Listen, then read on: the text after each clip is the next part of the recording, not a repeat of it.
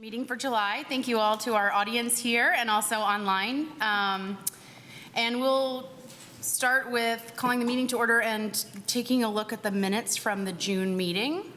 I'm going to give everyone a minute if they haven't taken a look to see if we have a motion. I'm happy to move that we approve the minutes. Thank you very much. Do we have a second? I second. Everyone in favor? Aye. Great. So the next item on the agenda is an open public comment section for any of the agenda items that are, anything that's not on one of our agenda items for this evening. So if you have a general public comment about a topic that's not on the agenda, this is a time that you're welcomed to the podium to make a comment.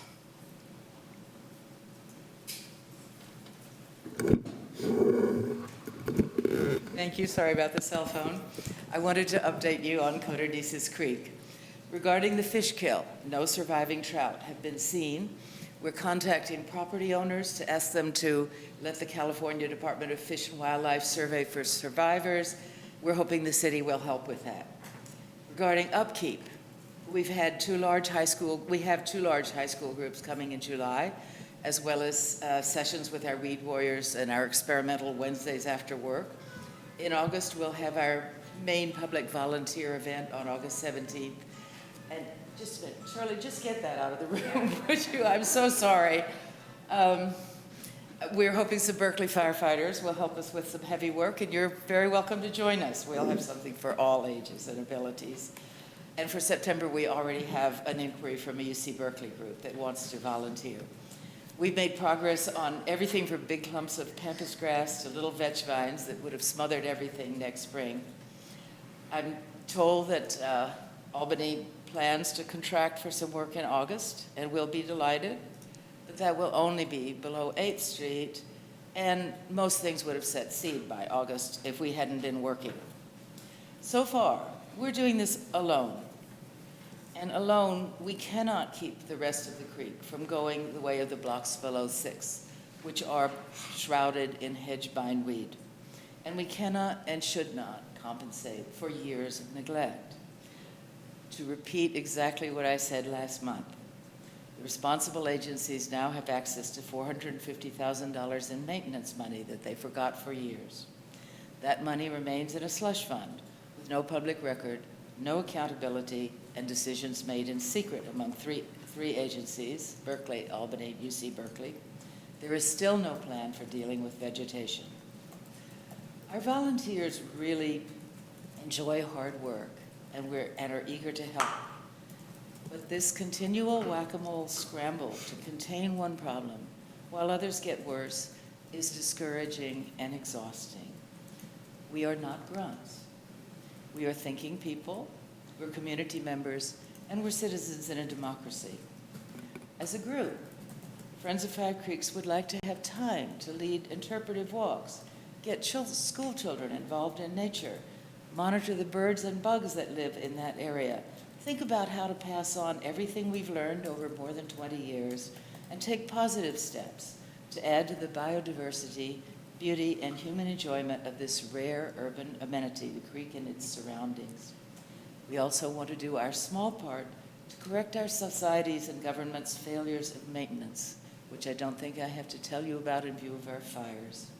Albany is blessed with amazing natural areas, and I hope that you as a commission will focus on maintenance. Thank you. Is it all right to ask a clarifying question? The public comment? I actually have a question for you, if that's all right. Yeah. Can you speak a little bit about what happens at the public event on August 17th? Is it just cleanup, or is it? Oh, no. Depends who we get. Do you mind just doing it up there so that our listening audience can? Thank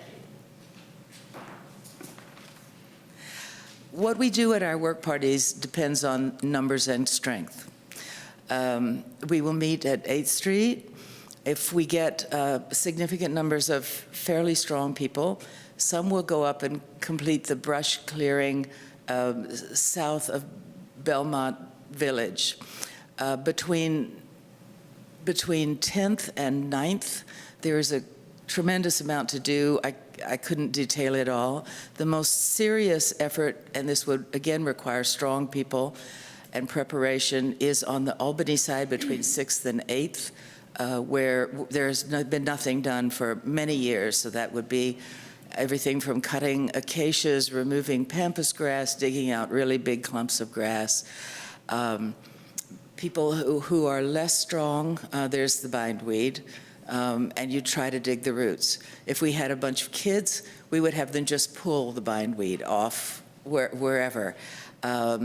People would probably pick up trash, but that is not our focus.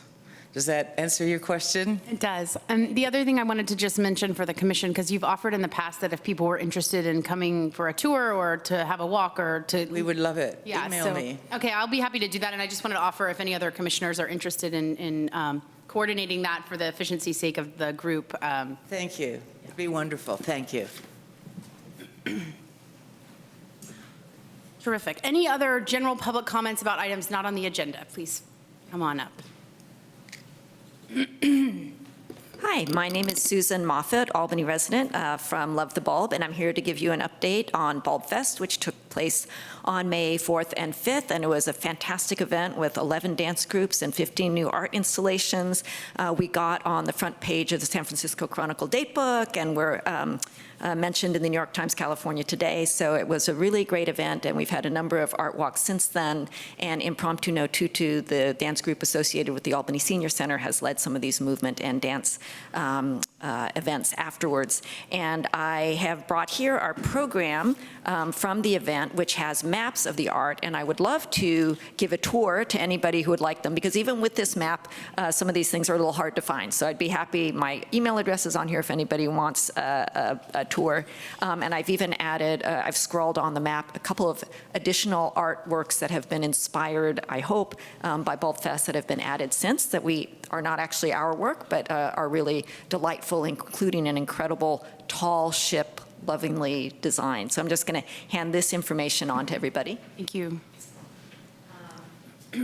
And I also wanted to let everyone know that the City Council at its June 17th meeting, that the Albany Bulb Subcommittee recommended that the council authorize $300,000 in spending at the Albany Bulb. This is still in process, but I think it would be good for the Parks and Rec Commission to know that this is moving forward, and that I think it would be really fantastic before any spending occurs or is approved that the Arts Committee and the Parks and Rec Commission take a look at the specifics of any proposed improvements. And I have here the relevant page of the minutes from that meeting, and also the draft budget, which is still very conceptual, but it talks about habitat enhancements, hazard mitigation, amenities, and so on. And I think it would be really great and very important to have public input into those changes before they happen. And I think getting everybody together, the council, Arts Committee, and Parks and Rec together would be great. So I'm just going to hand out this information. Thank you. And then I just want to introduce one of our amazing Bulb Fest volunteers, Susan Ryan, who runs a really fantastic parks program in San Francisco that I think you will find inspiring and quite relevant to a transitional space such as the Albany Bulb. So here's Susan. Hi, I'm Susan Ryan. Yes, I live in the Outer Sunset neighborhood of San Francisco, and I've been working for the last 3 years on a transitional temporary park. It's in a what was an abandoned parking lot surrounding a school that was damaged in the 1989 earthquake and never was too expensive to repair. And so for years, the parking lot was just sitting empty until about 4 years ago, our supervisor and a group of community citizens decided that instead of, while it's school district property, while the school district decides what to do with this property, let's use it for something. Let's create a community resource, a community amenity. So I think one of the amazing things about this is the interagency collaboration that it required. It's the school district, our community supervisor, the San Francisco Planning Department, which was instrumental in helping design and do infrastructure changes, and the Rec and Park Department, even though it's not a Rec and Park property. And so then there was community input, how should it be used? And now, 3 years later, we have a community garden, we have a mini skate park, we have a shipping container that we use as an artist studio for artist residency. We have a gathering space with a very idiosyncratic pavilion where families gather for barbecues and birthday parties. And it's a completely transformed spot that is transitional. Now, we are going to have, the school district has decided to build affordable housing for teachers in the Unified School District on the property. So within 2-3 years, it will no longer be a community space. But for 6 years, instead of a parking lot, we've had a playground and a really valued and well-used and loved space. So it's a example, sort of a creative example of with community and interagencies in the city to use, instead of letting a space go fallow, to use it for the community. So the bulb, transitional space, multi-agency, potential, creative, wild, well-loved. Can you say the name or the address of the Yes, location in San actually. Francisco? It's called Playland at 43rd Avenue, and it's between 42nd and 43rd Avenue and Judah and Irving, way out by the beach. And I'm actually gonna, I only have 2 cards with me, and I'll pass them around or take one. I'd be happy if anyone wants to come out, or if you have more questions. And you'll see that the agency logos take up like half the card on the back. Maybe if we can give one to Shelley, she could send it out via email. That'd be great.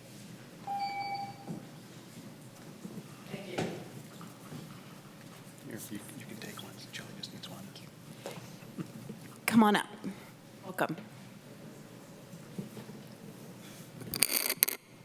Sorry. Hello. My name is Michael Yee, and my achievements and accomplishments aren't as impressive as the 2 people who were up here before me. But I'm currently a student at UC Berkeley, a senior, and I've had the honor of working with Susan and interning at Love the Bulb. During my time there, I've met a lot of passionate artists, performers, dogs, and their walkers who truly appreciate and love the bulb for what it is currently and what it is now. So I know that there is currently a budget that is planned to be spent on sort of cleaning up or either changing how the bulb is. And before you sort of finalize how that budget will be used, I ask you that you consider public input a little bit more, as well as a lot of the people who currently attend the bulb a little bit more, and their opinions before how that budget will be spent. Thank you, Michael. Any other public comments about items not on our agenda for this evening's meeting? I want to thank all of the folks that brought those public comments this evening.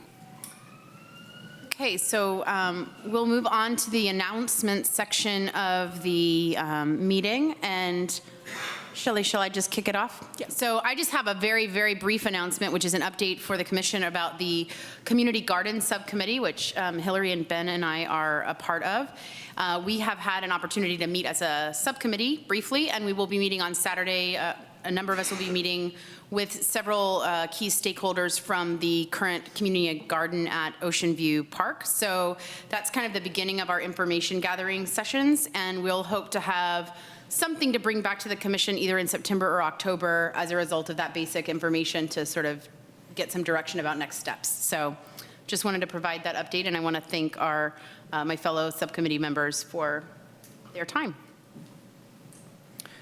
Okay, I have a few announcements, and I want to start off by, excuse me, talking about Juneteenth event that we had in the middle of June, and to thank Commissioner Cooper and his wife Janelle Gary for really leading this event, which was wonderful. I'd say maybe 40 to 50 people attended it, and the speaker panel, which was made up of Howard Moore Jr. and Robert Bauer, were just so interesting and wonderful to hear. Commissioner Abbott attended as well. And I just wanted to say thank you to Commissioner Cooper for all of his work and his wife. They just did a wonderful job on the entire event, and I wish he was here tonight to talk about it. 4th of July happened, and I want to thank my staff and all the volunteers. It takes a small army of volunteers to put this together. And also thank you to the Chamber of Commerce for donating ice cream to the event. They do that every year. It's hard to see in this picture, but this is the egg toss, and this happens like at 4 o'clock. Everybody's been there forever, and this is probably, I don't know, 150 people that do this. It's just great community spirit, so well done by the Recreation Department. As usual. I heard some people comment that the city of Albany stepped it up this year. Really? Yeah, I thought this year was fantastic. I think in particular the costumes, I think is what they. I couldn't find a picture of Commissioner Abbott in a wonderful flag blazer with shorts. It was amazing. Maybe at another meeting I'll bring that up, because it should not have been missed, and I apologize for not having a picture of it. Friends Albany Park, there's an update. The cleanup we finished was at the tot lot, and you can see from this picture, it's hard to see in here, but our new sign is up in the park. That was a great cleanup. They had about 12 people, and the church on the corner had a lot of volunteers, so thank you for the Friends Albany Park. We have a cleanup coming up on the 27th, which is in the Albany Greenway, just so you know. And John has an announcement for you. Next.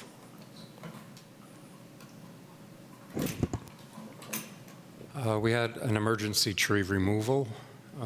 It was at corner of Dartmouth and Masonic behind 1060 Key Route.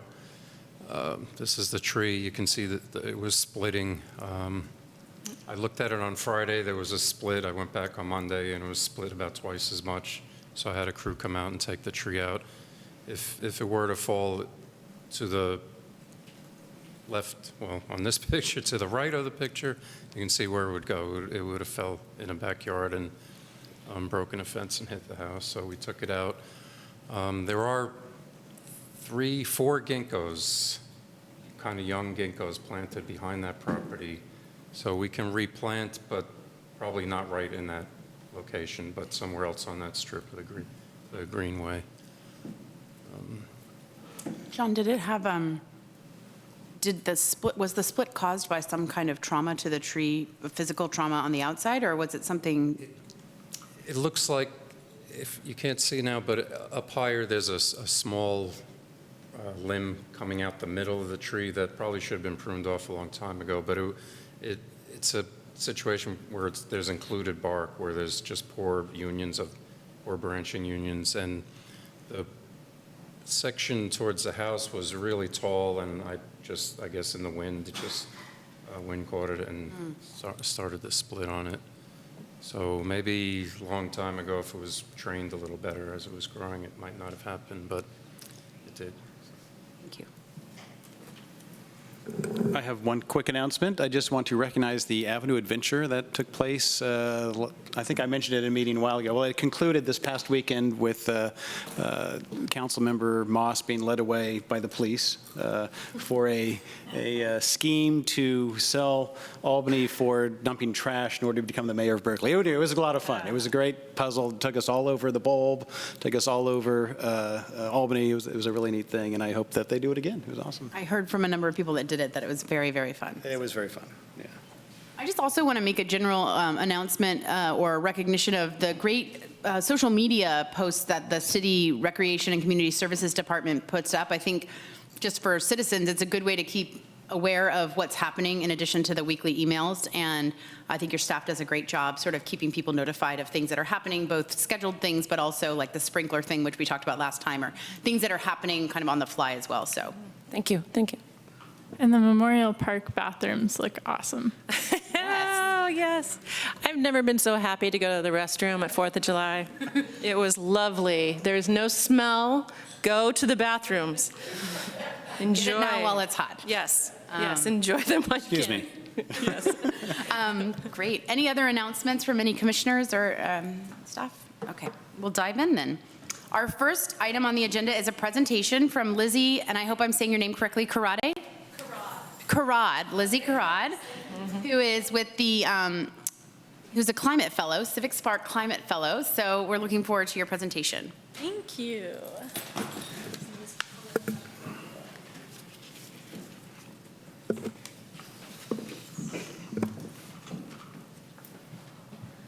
Hi, I'm Lizzie Carrad. I'm the Civic Spark Climate Fellow with the City of Albany. So Civic Spark is an AmeriCorps program, and I started working in the City of Albany in this position in September of 2018. And my main project has been working on the Climate Action and Adaptation Plan, which we're very excited to bring to you tonight. We're currently in our draft phase, so we're soliciting public comment, and then we've also been visiting with different committees and commissions to get your expertise on some of the measures as well as the general plan.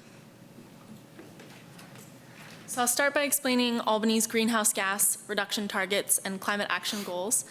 Albany has ambitious climate action goals. Our goal is to be hit 25% emission reductions compared to 2004 levels by 2020, to reduce emissions 60% by 2035, and then to be 100% carbon neutral by 2050. And we're defining carbon neutrality as reducing emissions as close to zero as we can, and then any emissions that we have at the 2050 point, we will do carbon sequestration to balance out those emissions by pulling carbon out of the atmosphere.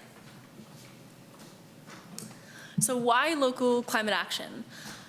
We've already started to feel some of the climate impacts in Albany, and we know more are likely to come based on projections. There will be increased extreme weather events, such as extreme heat, like we experienced just about a month ago, increased rain, and flooding events. Sea level rise along the Bulb and waterfront, as well as increased risk of wildfire, and then the increased risk of wildfire in neighboring jurisdictions, which could cause more smoke exposure and smoke impacts here in Albany. There are also many co-benefits to local action, such as creating a resilient community and economy, improving local air quality, beautifying our urban environment, like adding more green infrastructure, and then also public health and safety improvements. So we kicked off our process. We've been working on the Climate Action and Adaptation Plan update with our Climate Action Committee. I think they started thinking about it back in 2017, but our initial research with our consultants from Cascadia Consulting Group, Julia included, really kicked off in August of 2018 when we started our initial research. In October of 2018, we really kicked off our community engagement process. We wanted to start off with a survey to gauge initial reactions to the city doing a new climate action plan, and to also get an idea of what the community wanted to see from a climate action plan. And we were excited to get over 300 responses to that survey, and we learned from the responses that there was support for climate action planning in Albany, and also that the community wanted to see Albany, the city, tackle climate change, as well as get the community on board with the planning process, as well as carbon emission reductions in the future. November through December, we did internal staff interviews to talk to staff about what they thought went well with our first climate action plan, which was adopted in 2010, and what they thought we could do differently for our second climate action plan, which we're working on now. In January, we did a community workshop, and I think I see a few familiar faces of people who were there, both in the audience and up here. And we think at one point we had over 60 members of the public, which we were really excited about. And we asked people to think about emissions sources in Albany, and also climate impacts we'll have to adapt to. And we had people write down on posters that we put on the wall what they thought were unique solutions or Albany-specific solutions to tackling these issues. From that, then in March, we held some stakeholder meetings. We met with business stakeholders, green infrastructure stakeholders, transportation stakeholders, and landlords and property owners to ask them about some initial measures and initial reactions. And then based on all that engagement, we created our draft plan, which we released for public comment period on June 21st, and it's open for public comment through July 19th. So our climate action and adaptation plan draft has 4 main overarching strategies to help us reduce our carbon emissions and hopefully get us to that ultimate goal of carbon neutrality by 2050. Those 4 goals are electrify our buildings, both new construction and existing buildings, transition to low carbon transportation, that's active transportation, public transit, and electric vehicles. Make our economy carbon-free is trying to get at those upstream emissions like from consumption habits. And then our 4th strategy is accelerate resilience for all, which incorporates both adaptation and carbon sequestration. So as I mentioned, we're currently in the public review process. So we're right now soliciting comments from the public and from committees and commissions. In August, we'll take all the public comment that we've received and incorporate it into the final plan, which we're hoping will go to council in October.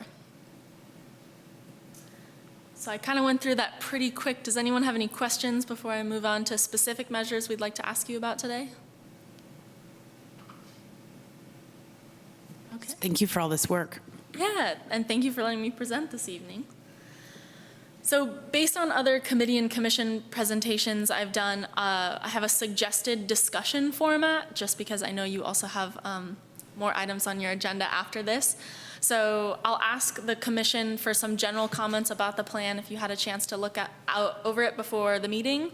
And then I've pulled out a few measures that we think are specific to your commission that I'd like to get some comments on, and then we think it's best to save the public comment for the end when we can kind of get get comments about the whole big picture.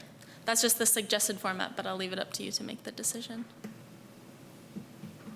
That sounds like a well thought out plan, so I think we should move forward with that. Great. That works. Can I just say at this moment that I'm going to recuse myself from any questions or comments because of my involvement with the plan.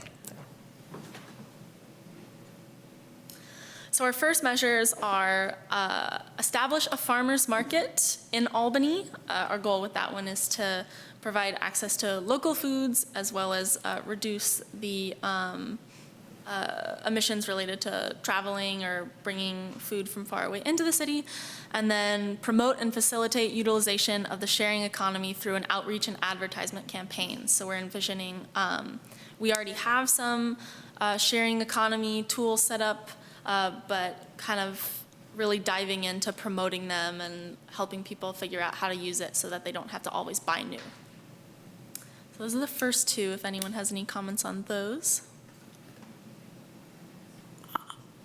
Forgive me for not having the history of this correct, but I know we had a farmer's market briefly for a couple of years, which I enjoyed very much, and then there were some issues maybe with the location, I'm understanding, I think around the businesses and transportation limitations. Is there any other current plan before this? I mean, is there any other current plan about farmers markets or working with any of the groups that the Ecology Center or any of the groups that put those on around, or? I don't think currently. I don't know if, Lizzie, you have anything new Well, on that? I mean, the I know the chambers. Economic Development Committee has a subcommittee looking for a location Okay, right. now. That's who it was. Okay. So, Okay. yeah. Is there a reason why that was put for rec as opposed to the Economic Development Committee? No, we just wanted to get reaction because it's, yeah. My general reaction is I love farmers markets. Okay, cool. And I would say that we have from my part of the city, we have a close one at El Cerrito Plaza on a couple of days. And I mean, I can walk to a number of ones, so it'd be great to look at, or I hope whatever group is looking into it is thinking about utilization needs in terms of when people could use a farmer's market, that there's not one nearby readily available, just because whether it's in Albany is less, I mean, it's important, but it's also important what's sort of within walking range to people, and I just want to be mindful of that. Great to have a farmer's market available every day, you know, in somewhere. So I apparently am confused about our format for this. I was just going to say, I totally skipped over general comment. I apologize. Should we go back to doing that first or finish going through these and then do it after? So what you're doing now is you're pulling out Yeah. specific measures that you think are most relevant to the Parks, Recreation, Open Space Commission and asking for our feedback. Yeah, and then I guess, yeah, I'm sorry, I completely forgot about the general comments. If we want, it might be better to do the general comments first, so we can. I think that's probably true, just because other people may have particular passion areas of other measures that aren't the ones you may have pulled out. Yeah. But on the other hand, she might may address. she may ask for specific feedback on measures that where we don't know if she's going to cover or not. That's a good point. So I would actually prefer her to. I think I like that idea as well. Okay, we'll go forward with this method. Great. I'm sorry about the confusion, though. Okay, perfect. So back to these two. Any other comments? So your instincts were right. Any other comments about the farmer's market or the sharing economy marketing? Great. The next is create a comprehensive street tree plan. And that includes multiple elements. I think this is our longest measure, but it includes conducting an inventory of street trees and the canopy cover, determining canopy goals, developing a planting guide that prioritizes carbon sequestration, resilience, and other equitably distributed co-benefits, and devising a plan for retiring trees and addressing unintended consequences like sidewalk uplifts. So question for Shelley, is this the same as what's on our work program?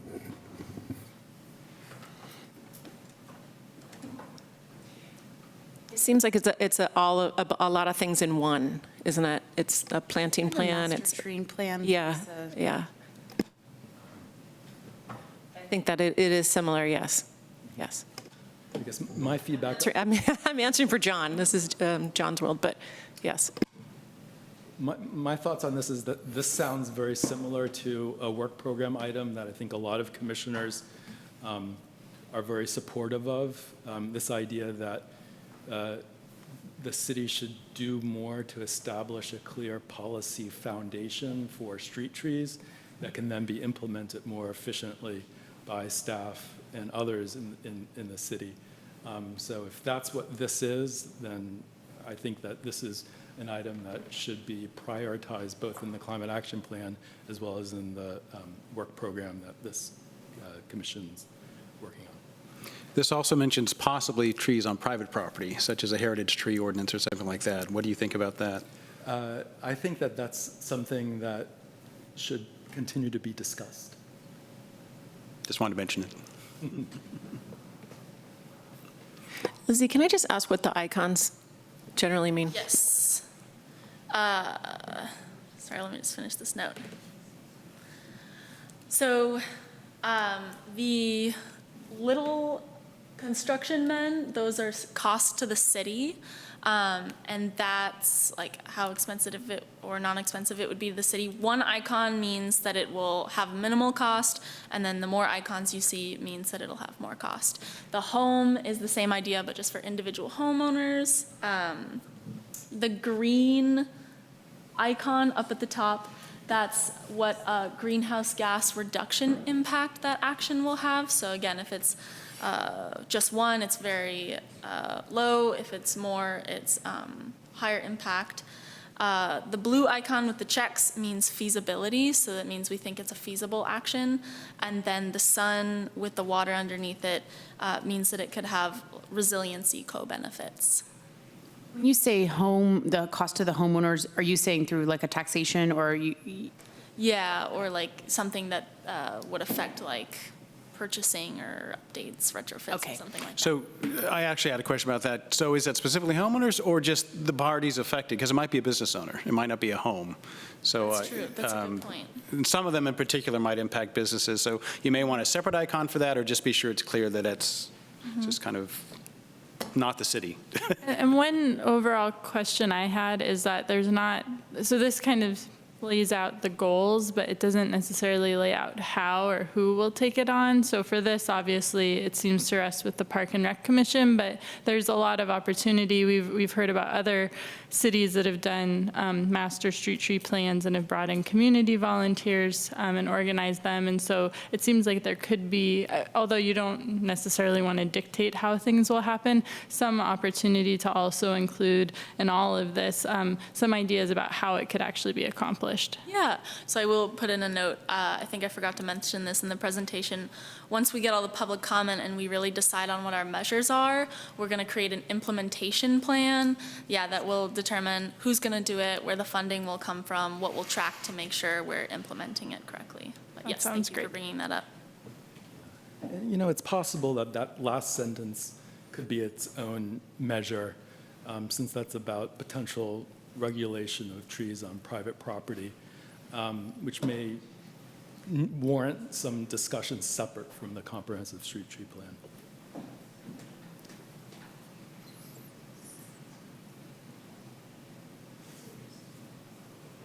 Thank you.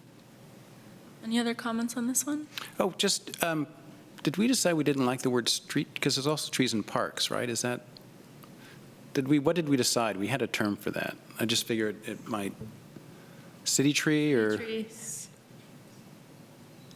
I stumped him. It was city trees. It was city trees on the removal application, and we Changed it to street trees. tree. I'm just wondering here, because it seems like it might need to cover trees and parks. I don't know, just. Maybe check terminology and Yeah, I don't know, ensure that just- it's consistent across documents. When we consider trees, I mean, maybe it's just because that's what we consider. We consider things that are, street trees, but also trees and parks, pretty much anything city property. So it may or may not apply here. I just thought I'd mention it. Thank you. Or it may be more than one nested topic as, related to that last sentence. Great. Any other comments on this one? Next, we have promote the use of climate adaptive plants and high carbon sequestering species in landscaping projects.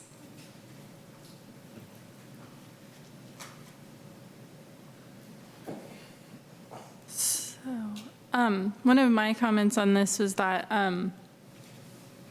don't think it should just be high carbon sequestering plants, but that it should also be drought adapted plants. So I guess that might be climate adapted plants, and when possible, native plants to achieve multiple benefits. And that I also thought either nested with this or elsewhere, you could have something about updating irrigation to ensure that it's more water efficient, so that it's not just focused on the plants, but kind of how we're ensuring that those plants survive.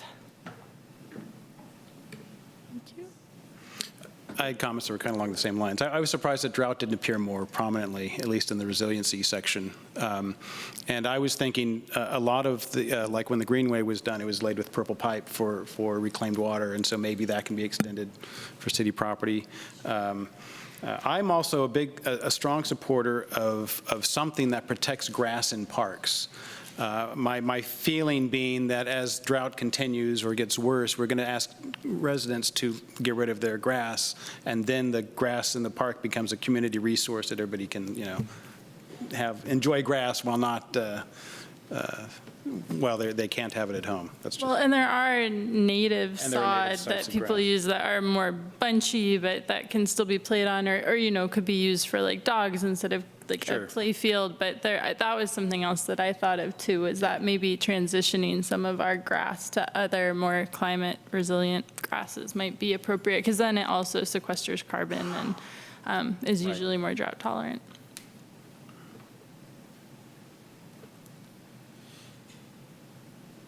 Great. Any other comments on this one? Next I have continue to restore and maintain creeks to accommodate increased rain events, and continue to manage wildfire risk by implementing vegetation management and fuel reduction programs. So for this, the city is still working on a stream maintenance program, the programmatic streamlined permitting program that will allow them to go into creeks more periodically, correct? We assume? Yeah, I can't answer that one. Yeah, because basically when I saw this, I just thought if you can have an SMP, the stream maintenance program, and the programmatic permitting, that will allow you to then go in routinely and manage for creeks in a much more comprehensive way. And so when you get to how this will be implemented, that would be a really key piece to actually let you go in and do some, if you have sediment buildup to actually go in and remove it, or, need to remove some trees, to have the agencies kind of already, not pre-approve it, but just the mechanism for getting it through a lot more quickly than if you have to apply for individual permits. Sorry, I do this for my job. Thank you. And then wildfire risk. This I also thought was a really great idea. One comment I had that I was going to toss into general comments, but the Diablo Valley Fire Safe Council would be a great agency to list as one of the agencies that you would work with, and they have a lot of programs and grants that help with a variety of things, fuel management that is for, open spaces, but also for homeowners associations. They also do evacuation or shelter-in-place planning. So I think for a number of different aspects of this plan, they would be an excellent resource to touch base with to see how we can make our communities more resilient to wildfire. Thank you. Any others? If I just had a thought, if we can just think back for the city tree, street tree, maybe here it needs to be city and street tree, because kind of cover all of them. And the application makes sense to be street tree because that's where we're talking about, but here it might need to be city and street tree, just as far as terminology is concerned. And then, sorry, I'll let you write down that. So then also with the management, I guess when you talk about like vegetation management, it shouldn't just be fuel reduction, but I think some sort of replanting plan, either of understory plants or a form, especially on Albany Hill, there's a concern about the monarchs. So really trying to tie into that and think about succession and how we can recreate the kind of dense canopy that we currently have that can support the species that we would like to see there, like the birds and butterflies. Great. Thank you. So those were all the ones that I pulled out specifically. So now we'll go into that general comment that is now at the end. I have some comments, and I don't want to I dominate. think my general comment you've already addressed, which was some confusion about overlap of areas that are on our work plan and how that dovetails with this, but it sounds like that comes in the implementation plan of just who are the partners and who's driving the various parts of the plan. And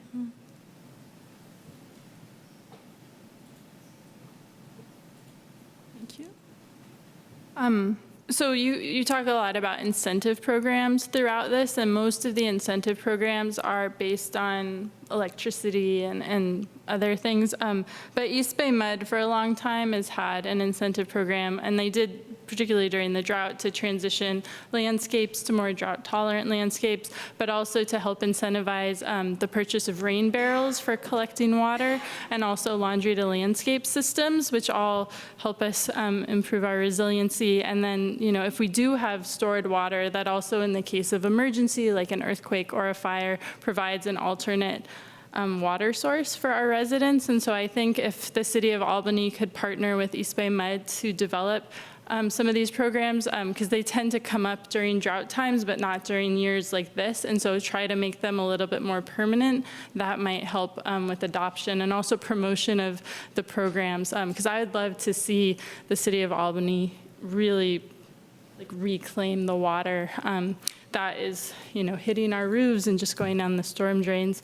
And I don't know if they're listed here, but Gray Water Action is another really interesting local organization that has a lot of really creative ideas about these sorts of systems. That would be another great resource for us to tap into.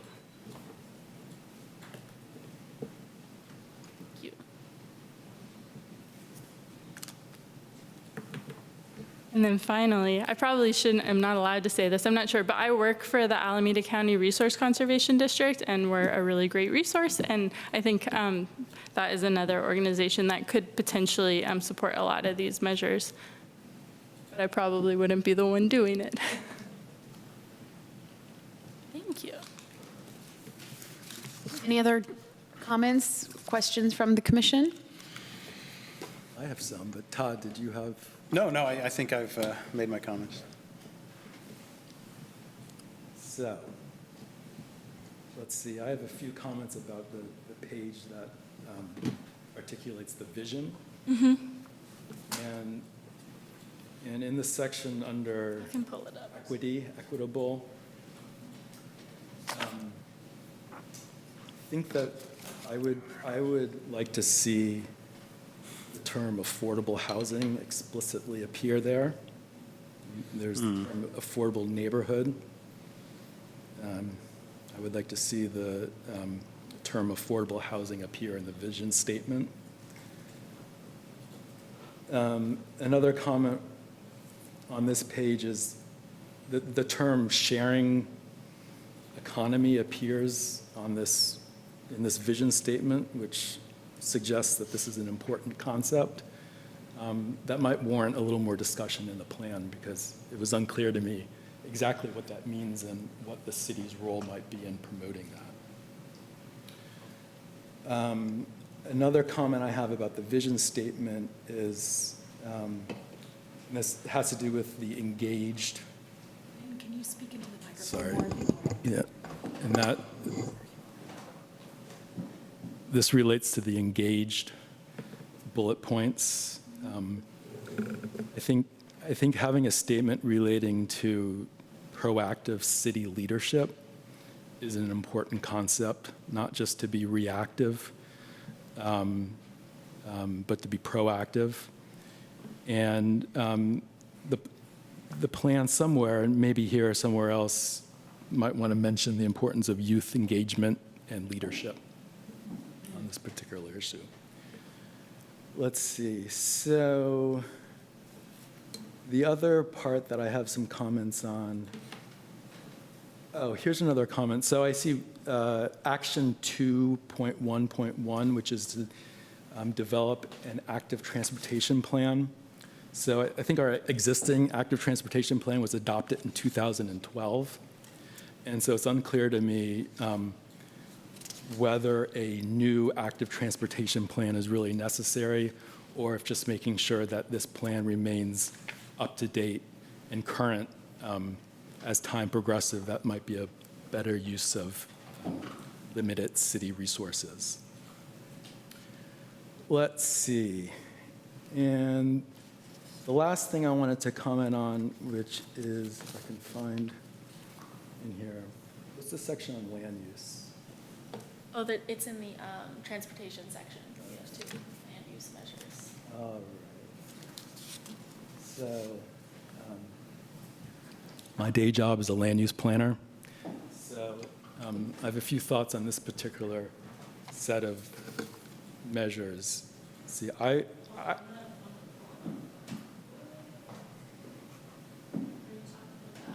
2.1.7. So, I would like to see stronger language in the plan related to infill development. In particular, I would like to see implementation measures that call for proactive efforts on the city's part to produce affordable housing, to move away from a more reactive model and take the position that it is important to invest city resources in making it happen.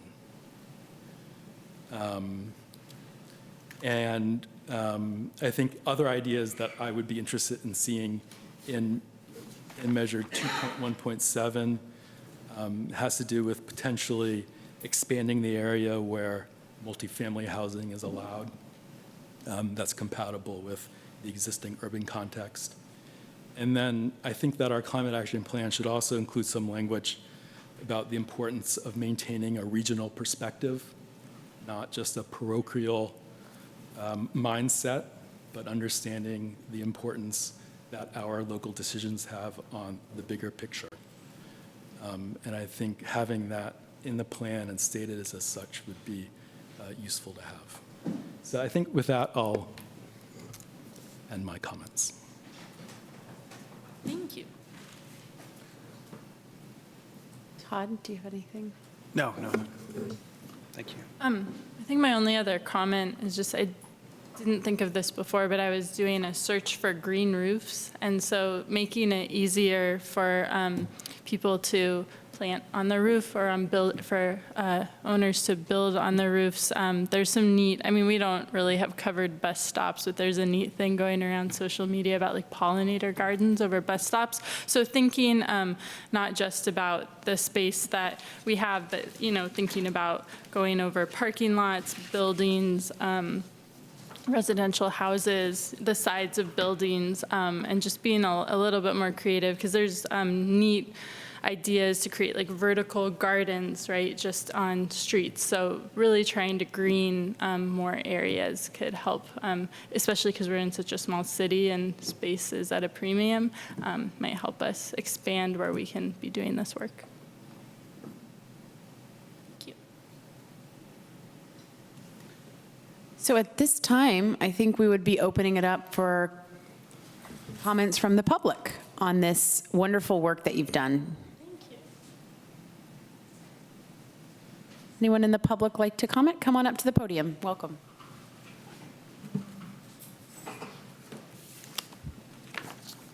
Thanks. Hi, everyone. I'm James Fahn. I'm a resident of Albany. I'm a journalist. I've been covering climate change for 30 years, for what it's worth. Thank you for this report. It's great, and a lot of really interesting ideas. I just have a few questions. I'm a bit concerned about rising groundwater levels. I've noticed, especially this year with the heavy rainfall, certainly in my house, the groundwater has been rising, and I think with climate change that could become a more severe impact. And I'm wondering what it is that residents and homeowners can do about it and what the city can do about it. I'm concerned about impacts of spreading diseases, Lyme disease, malaria, dengue fever, chikungunya, West Nile virus. Are any of these going to be threats potentially for Albany residents? And if so, what can we do about it? I do have some questions about it would be good also to know about wildfire hazards, and specifically what trees are considered more flammable or maybe less flammable, because I know that can be an issue. And in that note, especially I'm thinking of Albany Hill with all the eucalyptus trees on there. I believe they're particularly flammable. You mentioned the possibility of tree succession. Is there any kind of plan to, I don't know, over time or even more quickly, replace eucalyptus trees with a less flammable vegetative cover? Thank you. Thank you for your comments. We have another comment.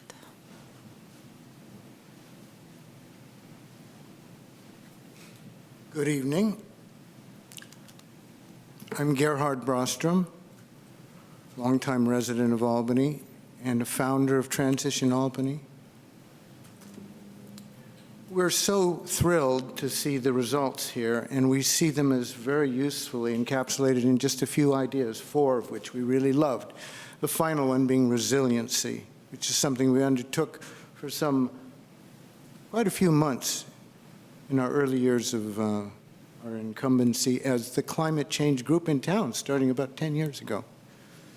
We look forward to providing our help in the refining of the plan and in the carrying of it out, which of course is so much more important than whatever happens in the settings, in the bureaucratic places where we're trying to cope with the first steps of a climate emergency.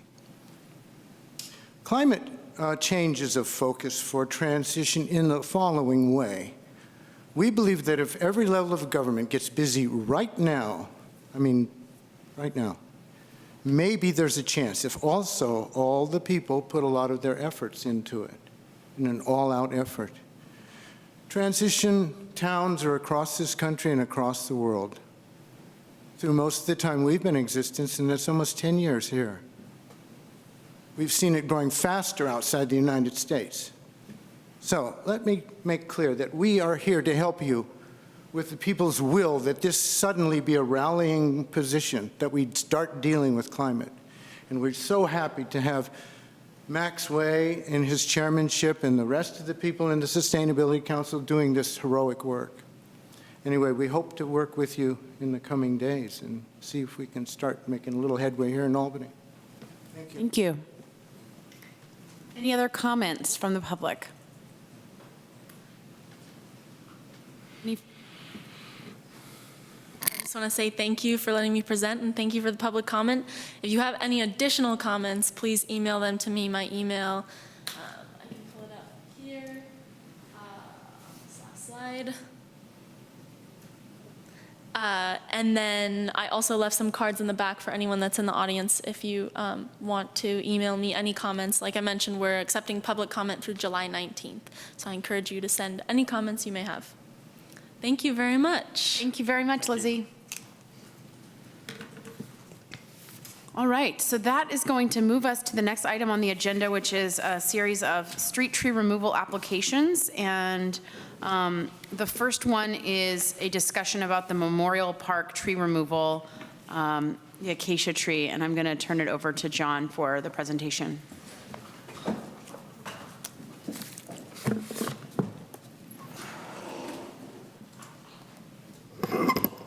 Why isn't it working?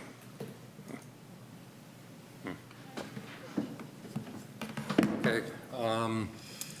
So we're talking once again about the removal of the Blackwood acacia tree behind the Memorial Building in Memorial Park.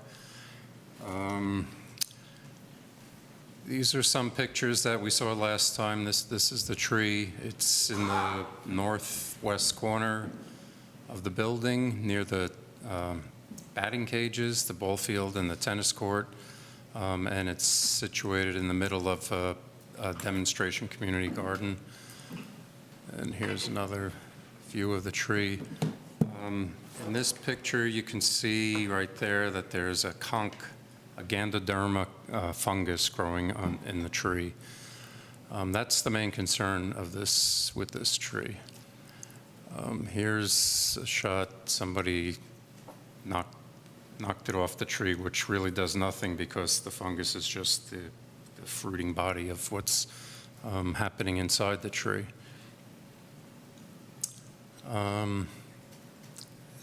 This is just showing the tree with a slight lean, and it has some soil piled up on the west side where there's plants and irrigation, which isn't really helping the situation here. So being in the middle of a garden is maybe encouraging this fungal growth in the tree. Here's a shot. There's an open cavity, and there's some wounds on the tree that aren't quite healing correctly, and there's some sprouting going on where the wounds were made. So there's a few more cuts that haven't been healing over. Here's where the tree starts forking out into, it's basically has two tops, and this is considered not a good branching union for a tree. It's at too acute of an angle. This is where there's a possibility of tree splitting. I think, whoops, I'm going the wrong way. And more wounds on the tree. Here's another shot of some more wounds, and the top part shows where there's some included bark in the tree. So here's a picture of the tree with the lean towards the building and showing how close it is to the Memorial Building. So I think I went over this last time about basically about what conchs are, what this is. It's also called a shell fungus. It's an indication of interior rot in the tree. The bacteria and fungus can both cause decay, but fungus is more obvious because there's an outward growth on the tree, the conch.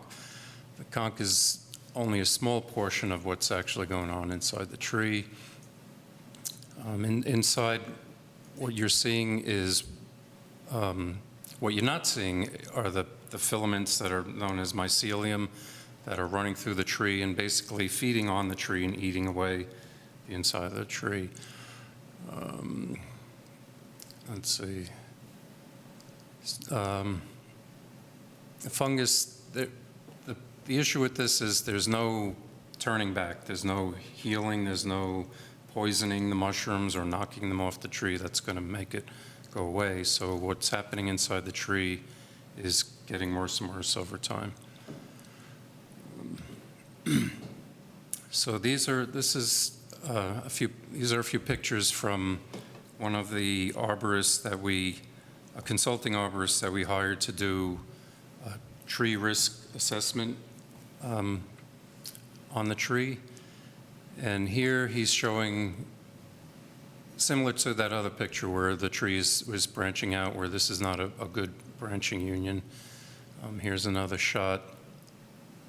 And in this picture, he's pointing out old wounds, poor branching unions.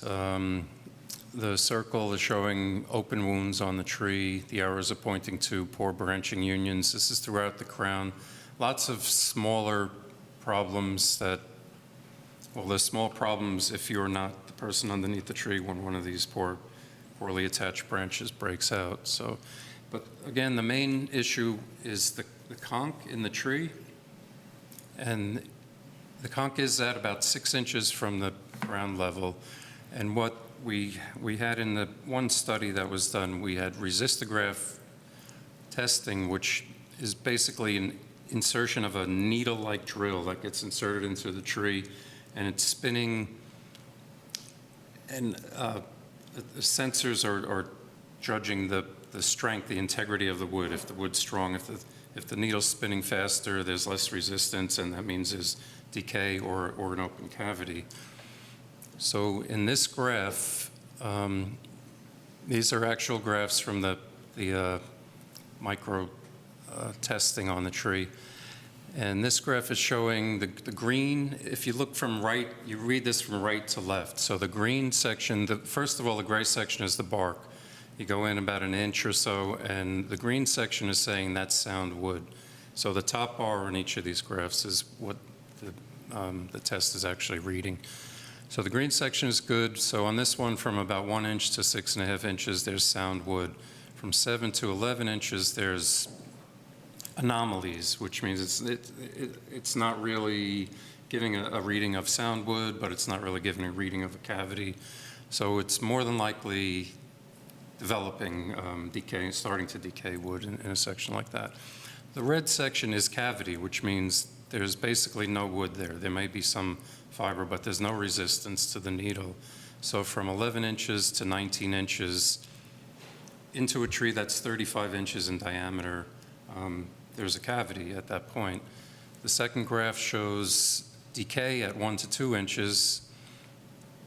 And these are, let's see, the first one's taken from the north side, the next one's taken from the east side. So we're seeing decay, a little sound wood, some more decay, a good chunk of sound wood, but then a large section of cavity, which is shown in the above graph also. So this is from the south direction, and you go in just past the bark, there's a cavity, and there's some sound wood towards the center, and a little deeper towards the center, again, there's decay. Taken from the west side, which looks like the best side of the tree, there's some sound wood all the way till about 13.5 inches, and then we're seeing a cavity. So I tried to plot this out, because we didn't get a cross. This is my rendition of the cross-section of what the tree looks like. So top is north, bottom is south, right is east, west is left, left is west. So there's a column of decay in the center of the tree. There's decay along the south and the west side of the tree. And on the east side, well, there's cavity. On the east side, there's decay, which will become cavity over time. The anomaly section is towards the middle, the blue, and that's more than likely wood that's starting to decay. This is a graph taken at 12-inch height, and this shows this is just above the conch, and this is showing that just above the conch, there's a cavity through the tree to the center of the tree. Here's the graph. Again, there was only one test taken at this level, right above the conch, and this is showing there's a cavity at least halfway through the tree. This is taken at 6 inches, which is where the conch is, the level of the conch. So from the northeast side, there's decay. There's a little bit of sound wood. There's a lot more decay. From the east-northeast section, there is some, mostly all, it looks like all sound wood there. So from those two tests, this is basically what we're seeing. There's some decay starting, and it's more than likely heading out. The thing that's hard to illustrate here is seeing this vertically. This is a horizontal rendition, and so are the testings. But if you try to think of these all together and put it together, you can see the development of a decay column running up through the tree. So here is, again, this is 6 inches going down into the roots, so going down at a 45-degree angle. So we see some anomaly, we see some sound wood, but as we get deeper in, we see some cavity in the tree. So this, the middle line is horizontal, the upper and bottom line are on either side of the conch going down at a 45-degree angle. So there's decay down starting around the 10, 12 inch level. So a track assessment is the industry accepted standard way to evaluate a tree. There's 3 levels of track inspections. Level 1 is basically a drive-by. You look at a tree, there's no leaves on it, it's gray, it's dead, there's no bark, it's a dead tree, no need to go further than that.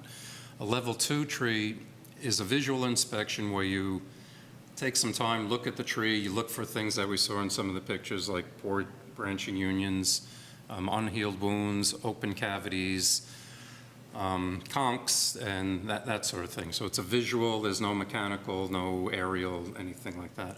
A level 3 inspection, which includes the resistograph testing, is a more in-depth study, which gives you more information about things you don't see by the resistograph testing, by getting inside the wood of the tree. And there's, from what you're seeing, there's different levels of likelihood of failure, likelihood of impacting a target, and then the likelihood of failure and impact, and the consequences of the failure. So this gets all put into a chart, and this is what this arborist found for his track review. He's saying their likelihood of failure is possible. Likelihood of impacting a target is unlikely. So what he's thinking is that this is a little corner behind the building where there's not much activity. There's not hardly ever people there. So he wasn't really looking at the building. I questioned him about this. He's telling me there's nobody ever there, hardly anybody ever there. So he feels if a limb falls, it's going to fall in the garden. There's not much damage that will be done. So that's why he's saying there's unlikely impact. So you take the impact, likelihood of failure and likelihood of impact, and he has an unlikely rating of likelihood of failure and impact, and the consequences being low. For the next, he's looking at the secondary branches with weak attachments, the one picture with all the arrows and circles on it. And he's saying that, again, the likelihood of failure is possible, impact is unlikely, likelihood of failure and target impact is unlikely, and significant consequences are low. So this, he's looking at the whole tree, and he's saying that likelihood of failure is possible. The impact,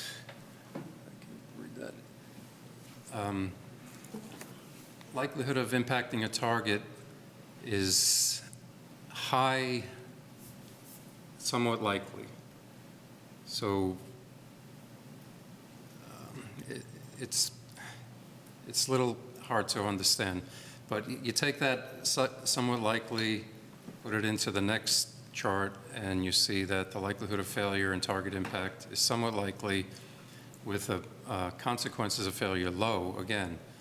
And I questioned him about this. He up top, it says risk rating low, consequences are negligible, likelihood of failure and impact is unlikely, or consequences are minor and likelihood is somewhat likely. Mitigation not required. This is not his comment, this is a description of what the risk rating means. His mitigation recommendation is for removing the tree. Let me go back. So what he's saying is that consistent with the track guidelines, and again, track is the standard, the ISA standard, International Society of Arboriculture standard for testing the risk of a tree, risk of failure of a tree. Consistent with the track guidelines, I judged a single primary limb to the southwest extending over the building, garden, and pathway to present the highest risk of both failure and significant consequences. However, in my opinion, the most likely part to fail first are one of the numerous weakly attached secondary branches. Due to their comparatively small size, the severity of damage or injury is much less and the target area smaller, reducing the likelihood of impact with pedestrians. There is also extensive decay in the trunk and supporting roots, resulting in risk of whole tree failure, which would result in far greater consequences with some property damage inevitable. For these reasons, I conducted the tree risk analysis for each of the 3 unique failure damage scenarios. All 3 scenarios reflect differing categories for targets, likelihood of striking targets, and resulting consequences. Resulted in the same overall risk rating of low. This is due primarily to the low frequency of occupancy for most of the target, for the most significant target, pedestrians. However, the track process is subjective, categorizes tree risk, and does not provide management judgment. I consider mitigation alternatives to tree removal, including reduction pruning, support systems such as cabling and bracing. While such methods could temporarily reduce the potential for failure, the structural weaknesses of the canopy are irreparable and there is no remedy for the trunk and root decay. And this is the main point of this study. In my opinion, undertaking mitigation efforts would be futile and only delay the inevitable while not eliminating the risk of failure. Although the tree risk is low due to infrequent occupancy, the consequences of failure could be severe. Therefore, I recommend prompt tree removal. So again, the issue here is the conch in the tree. The conch causes decay in the trunk in the tree. It's demonstrated that we have decay. We have different layers, different sections of decay in the tree. The question isn't, is this tree going to fall over? It's when the tree is going to fall over. His recommendation, as well as the first track report that we had, their recommendation was for prompt removal, immediate removal of the tree. We had a second report done where his recommendation was, yeah, it's going to get worse. He wasn't too concerned right now about removing the tree. The problem with this tree, with leaving it to see how long it's going to last before it falls over, is one, it's going to fall over and it's going to hit the Veterans Building more than likely. And two, the longer we leave it, the less stable a tree is for tree workers to actually get up there to remove it. So we know that there's decay in the tree. We know there's a problem. We know it's going to get worse. We know it's not going to heal itself. And therefore, the recommendation is to remove the tree. I don't know. What else can I say about this?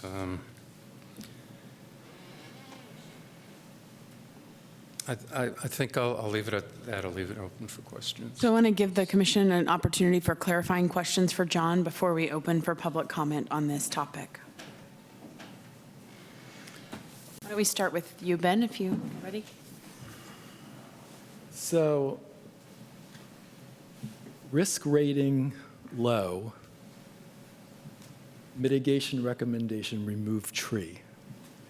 So the low risk rating, if I understand it, has to do with the arborist's observation that this is an area that's not occupied Yeah. frequently by people. If this tree were in the middle of the forest, there'd be no risk rating. It would be very extremely low because there's no target, there'd be no damage. What the tree risk assessment is the risk of damage to people, property. Right, it seems like risk of not- damage to people because he didn't consider potential damage to the building.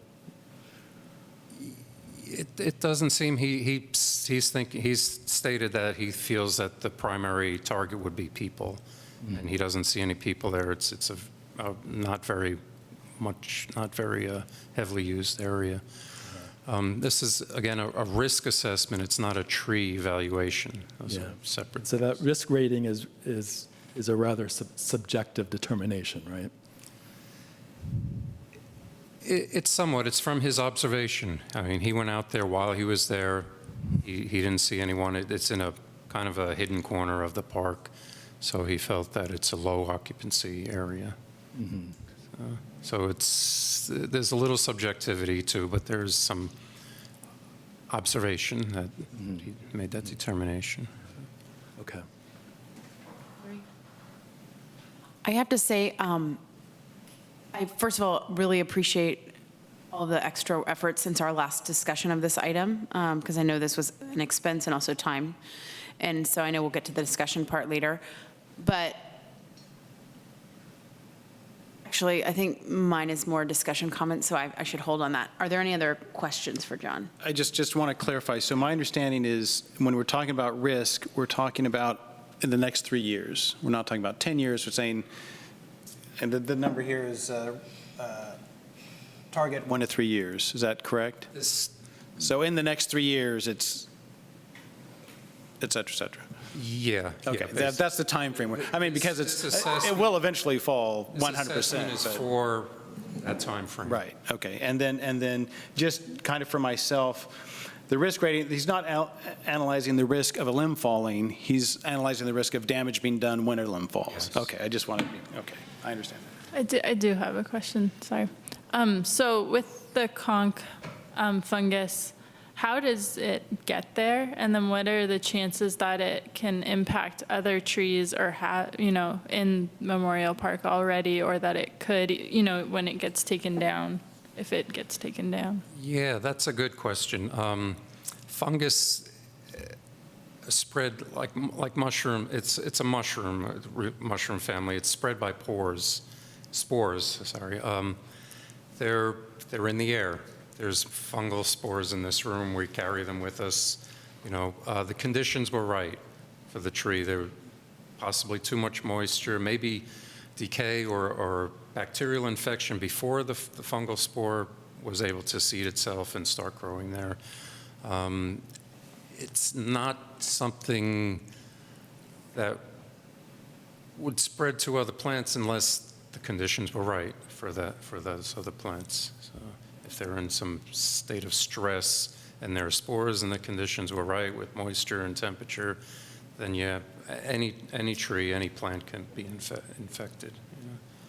Thank you. And then the other question I have is, were the tree to be voted on to be removed, I'm not remembering, and you didn't discuss whether it would be replanted and what that process would look like. So I'm just curious if that's something that would be discussed later, or if that's something that you have knowledge of now.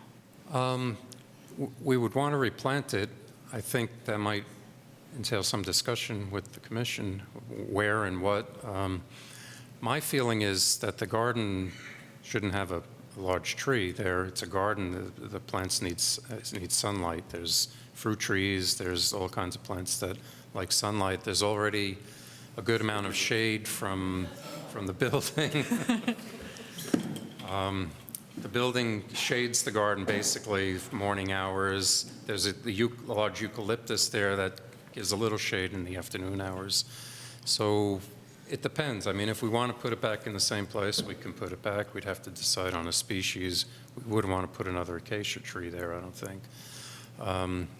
We would want something from our accepted street tree list, or maybe not. We have a little leeway, I think, being that it's a park, not a street parkway.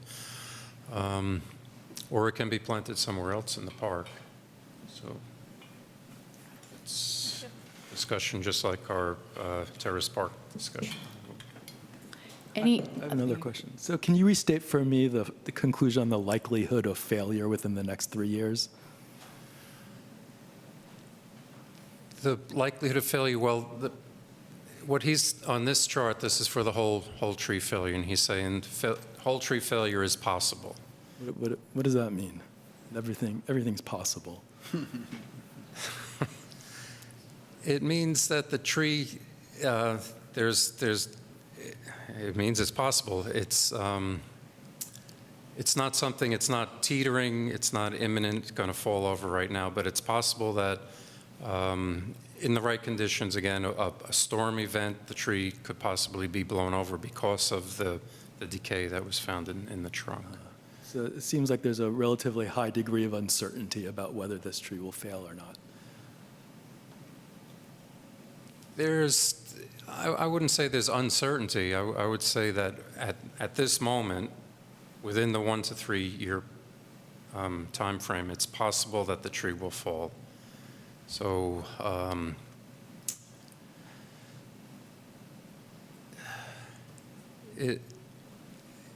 beyond that, the condition gets worse. So it's possible now. Beyond that, the decay gets worse. It becomes probable. It becomes imminent when you can stick your hand in the trunk of the tree and pull out rotted wood. But it's certain that it's going to get worse, right? Yeah. A fungal, like I said before, a fungal infection doesn't go away. The tree doesn't heal over. Like if you cut a limb off a tree, and a healthy tree will heal over and sectionalize off the part of the limb that's remaining in the tree. A fungal decay in the trunk of the tree, there's no apparatus for that. It's constantly eating at the tree and getting worse and worse. It may slow down or speed up, but it doesn't stop. It doesn't go away. It doesn't reverse. Definitely doesn't reverse. So it's not like a redwood that can have an open cavity and remain pretty firm for years because that might have been from something besides a fungus, or? Yeah, that would probably be from a limb torn out or something like that, and leaving an open cavity that's probably more than likely in the process of healing over. It's not too well understood, I don't think, but when there's damage to a tree, to the bark, to a limb, the tree has apparatus that sectionalizes it, kind of shuts off part of the tree from the rest of the tree to protect it, so from fungal decay or something like that. But a conch in the trunk of the tree shows that and the testing again shows that there's already decay in the heart of the tree, so it's not a surface kind of infection or infestation, or however you would. okay, thank you, John. At this point, I think we're going to open it up to public comment. So anybody that would like to make a comment about this agenda item can make their way up to the podium.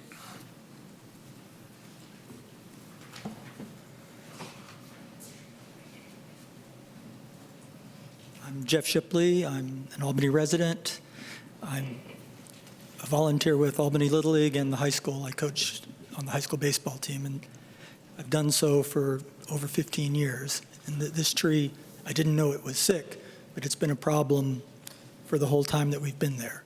The risk assessment is dead wrong, that immediately outside of that batting cage, between the batting cage and the tennis court, is where players congregate before they go into the cage. So there might not have been when he was doing his report, but every time there's a practice, there's going to be 6 or 8 or 10 kids standing out there waiting for a branch to fall on them.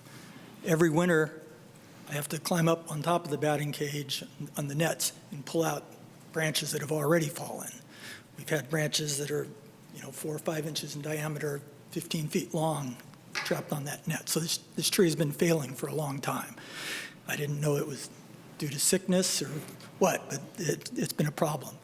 The other problem that we have with this tree is that it casts shade, which normally is a good thing, but for us on the baseball diamond, from third base over the whole infield and then down the left field line, field drains from whatever, the corner of the dog park to the southeast corner of the field. So all the water comes over that way. And since it never gets any sun during the winter, it gets wet, stays wet. You probably know we had to cancel, 30 or 40% of our practices and games this past season because it rained all season long and it never was able to dry out. So I'm fully supportive of putting another tree back, but maybe one that doesn't put as much shade over the baseball field. So. Thank you. Any other folks want to make a comment? I think we have some.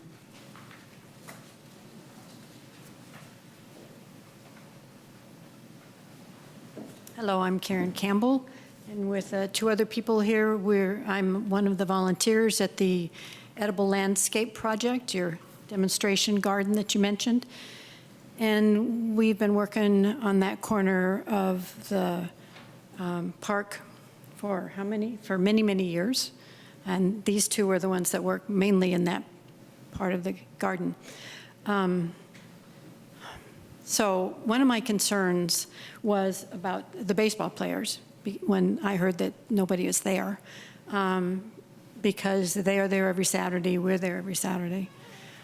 The tree is huge, and we love plants. We would be there supporting it. We're Lorax, we will speak for the trees, but this tree is not well. My concern, and these folks might have other concerns, but as we stood there on Saturday trying to figure out how you're going to get in, right? You talked about if you bring a crane in, the only way I see to bring a crane in is over the baseball field. You can't bring it past the tennis courts unless you cut down a bunch of trees. I don't know how big your crane is, but that's it. You come past the tennis courts or you go over the baseball field. And then I care about our garden. And I've watched trees get cut down before, and we put a lot of work into making that garden something that the community can share. It's the Edible Landscape Project. We bring in kids from the park and have them come eat the berries and sample the fruit.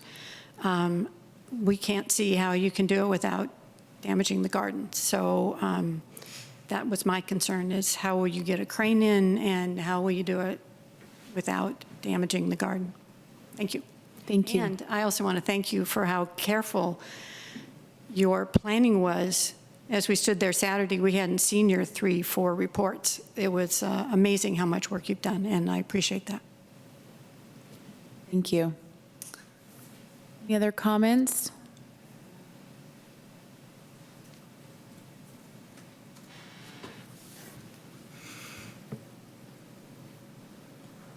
I'm Gerhard Brostrom of Albany, a longtime citizen and resident. This is a complicated matter for me. My wife and I are probably the largest stakeholders, having put in many hundreds of hours in that area. We really do respect this group's serious inquiry here, and the forbearance has been shown so far. And we do appreciate the consultants and John's thorough treatment of this thing for all of us. But, climate change presents us all with personal challenges, and certainly in our institutional and income-earning capacities, we need to really appreciate how easily we can fall prey to an invented, a socially constructed problem that really worsens the Earth's plight. I referred to the fact that there was a whole grove of trees next to this city hall that was taken down by the university, and they said because of the health of the trees. The city tried to stop them. We were here that night. Said, no, really, it's politically convenient for those trees to be old and sick and taken out. Anyway, that's just old history, but that's just one instance where these things happen. Also, at present, we're dealing with PG&E. up in some of the northern counties where there's some real issues with freebooters, looking at redwood trees and their so-called propensity to flames. We know of 200 fire-doomed trees, presumably just in our area, that we were working on today, trying to resolve. We saw something in the press and also letters going out to our fellow private recreation club members who own a lot of land there. So, on this matter, we have people that have been looking at this for us during all of our work days since we first talked to you about this. And as I said in the memo I sent to your liaison email, I don't know if you got it. Did you? Yes. You did get my email. Well, that's good. This is the first recognition we had that you had any correspondence on the matter. Had I not stood up, that would have just gone into the void, I guess. I was going to mention it, sorry to interrupt. Okay, thanks.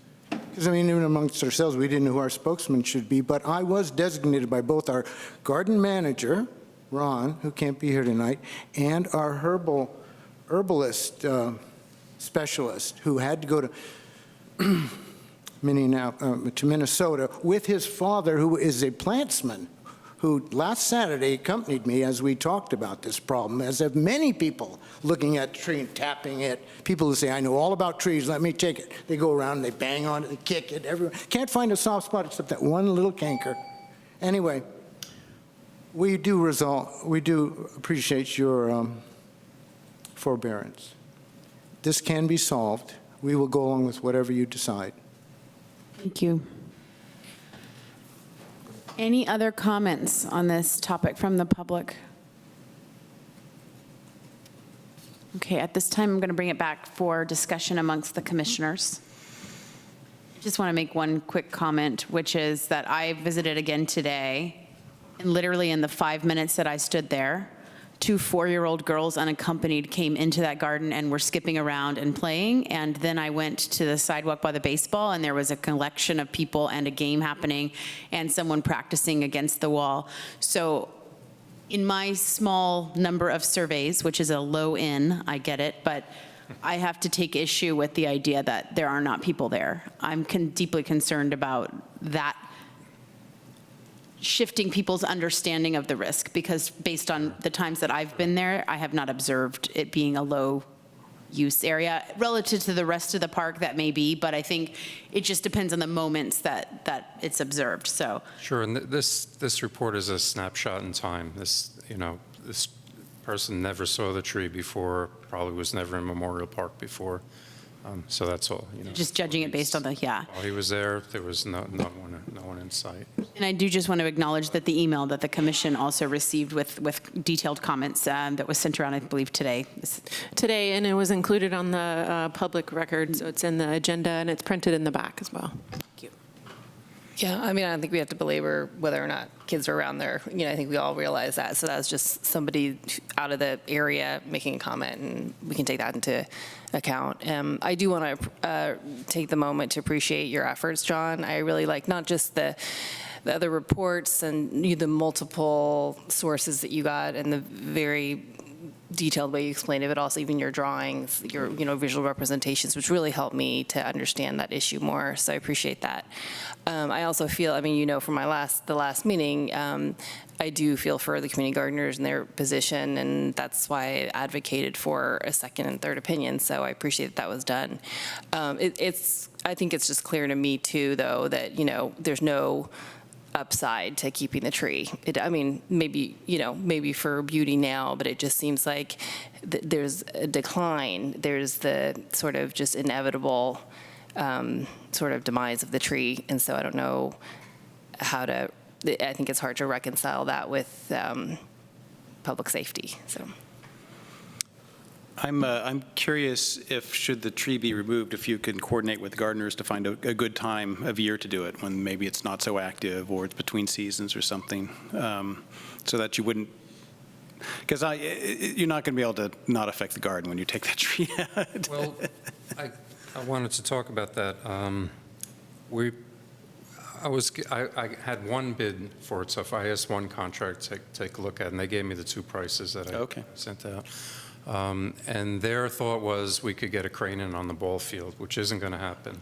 So there's no crane going to be involved in the removal of this tree. Hello crane, yeah. Which means that tree workers will have to climb the tree. What they do, they climb the tree, they rope off a section, and they lower it. They don't just cut and drop and smash everything underneath the ground. So there'll be a little bit of activity with the workers there picking up the pieces and hauling them out to the chipper. But yeah, I mean, we take out trees on city streets where there's cars and houses and children and pedestrians and traffic and buildings and whatnot. And this is part of their job, is to know how to remove a tree, to piece it out and lower it down or take it down safely so it's not causing any damage. I have a question that why were those two quotes? There's one quote for without a crane and one quote with a crane. Oh, one was cheaper, is that, sorry, I forgot why that was. Crane quote was actually less expensive. Less expensive, okay. Because the other one Because for involves exactly what we're right. talking about. Okay, Yeah, exactly got what it. we're talking Hour about, yeah. Yep. work and risk of guys climbing trees and cutting it into pieces and lowering it down piece by piece. So I have a question about the mulching of it. I mean, if there's this fungus, do we want to be mulching, a diseased tree and? generally, when trees get ground up and put out for mulch, it doesn't spread the problem, the disease. Like I said, this is something that's in the It's everywhere already, environment at all yeah. times. Okay. When you mulch a tree and it sits in a pile, it starts to decay, it starts to compost, it starts to heat up. So I'm not very concerned about that. I think a lot of what we get as compost or mulch has been infected with something or other. So. Okay. Would there be the opportunity, if the tree does come out, for the gardeners to flag off sensitive areas or be able to, help make sure parts of their garden are not impacted? To that point, another thing I would like to mention, I'm a community gardener myself, so I've been at Peralta Community Garden since 2004 or something like that. So I understand. I want to be careful with plants too. Yeah. So yeah, if we wanted to flag off certain plants, I think everything there is purposely planted. So I think we just need to be careful in general. There was a nice concrete slab to put things, as a staging platform where the little building was. There's space. Yeah, there's stuff to do stuff. So. Looking at the clock, I think I'd like to make a motion that we approve this application for removal. Do you have any further? The only comment I would add is, I think, to echo the desire for the city to kind of go the extra effort to work with the gardeners, to communicate with the gardeners well, and try to minimize the impact and the disturbance to the greatest extent possible. And that I'd love to hear more at a later meeting about replanting and those options. So it sounds like Commissioner Abbott has a motion? I do.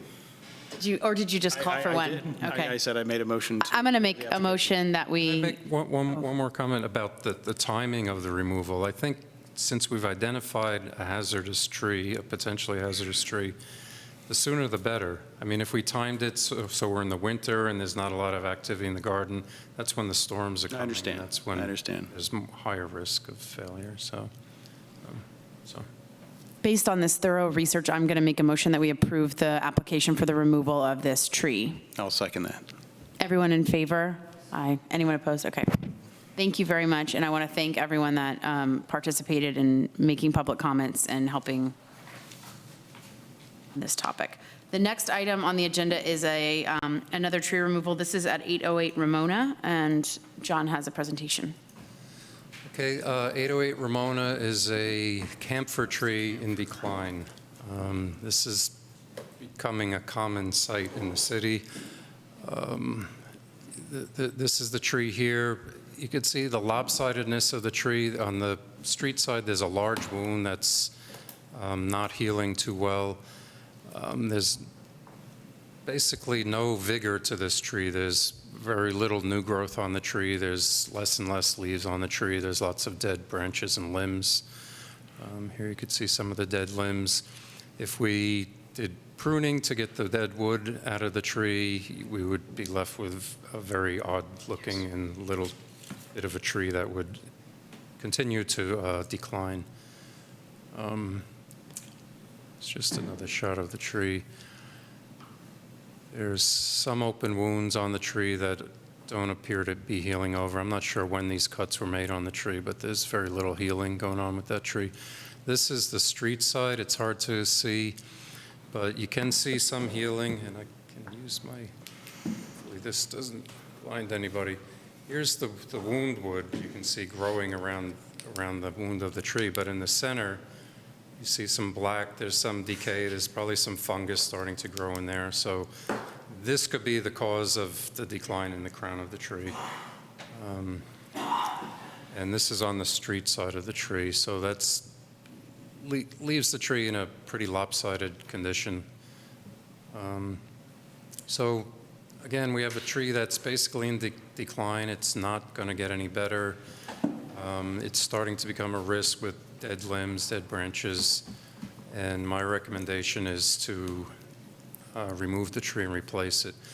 One other thing, the sidewalk had been repaired at some point due to the tree roots, and I believe that could also have led to the decline of the tree a little bit, but the sidewalk was curved out. It looks like everything was done to maximize the survivability of the tree as much as possible.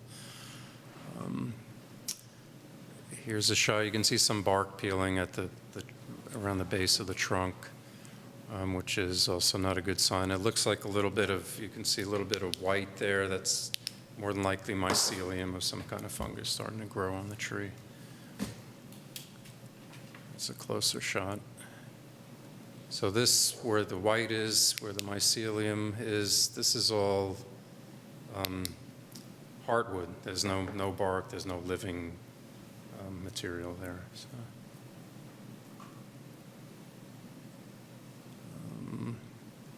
There's a shot of the sidewalk, a little hard to see, but it curves away. The sidewalk was curved away. And it's lifted again. It's not bad. It's not a major issue right now. But once that tree is removed and the stump is ground out, we have a nicer, wider planting basin for a new tree. So again, that's what the tree looks like from the house view. So my recommendation is remove and replace the tree. Are there any clarifying questions for John from the commission? Yeah, I just have a question. There's an invoice to Lara's Concrete. Is that for the sidewalk repair, where you're thinking that maybe the roots were cut back at that point? Yeah, I just wanted to include that just to document that there was some sidewalk work done, and he does mention cut some small roots, trimming the big roots and replacing the concrete. But generally that, I mean, isn't cutting roots, would that be a permit requirement? Just curious. Well, this was done 2012. I believe Tony was here then. So you just don't know? I presume that he oversaw the work or was involved in it in some way, yeah. But this isn't necessarily a permit, it's just our No, this invoice. is just their receipt, just showing that the work was done. This isn't the... It's just, I mean, maybe just something you could think about, as I'm on the subcommittee for like homeowner education. Yeah. Because when you're not involved, right, with the tree, with the root trimming, there could be worse impacts potentially than if you gave advice about it. So Yeah. just a thought about why this might happen, right? Yeah. Okay. Any other clarifying questions? Can I ask one question, though, for John? But when the person applies for the sidewalk replacement, you're notified that there's a tree involved? Are you notified? I don't think I have been notified. Usually, So I we gotta think work on they're verbally told to talk to me, because I get phone calls about that, and I deal with it that way. Or where the city's doing repairs, I look at every one and talk to the contractor. Yeah, I mean, may not be as much of an issue if people aren't doing their own repairs now, but Well, some are. but some are still doing them. Okay. Yeah, so, but I do get phone calls fairly often with that, so maybe that's informal process is happening. So.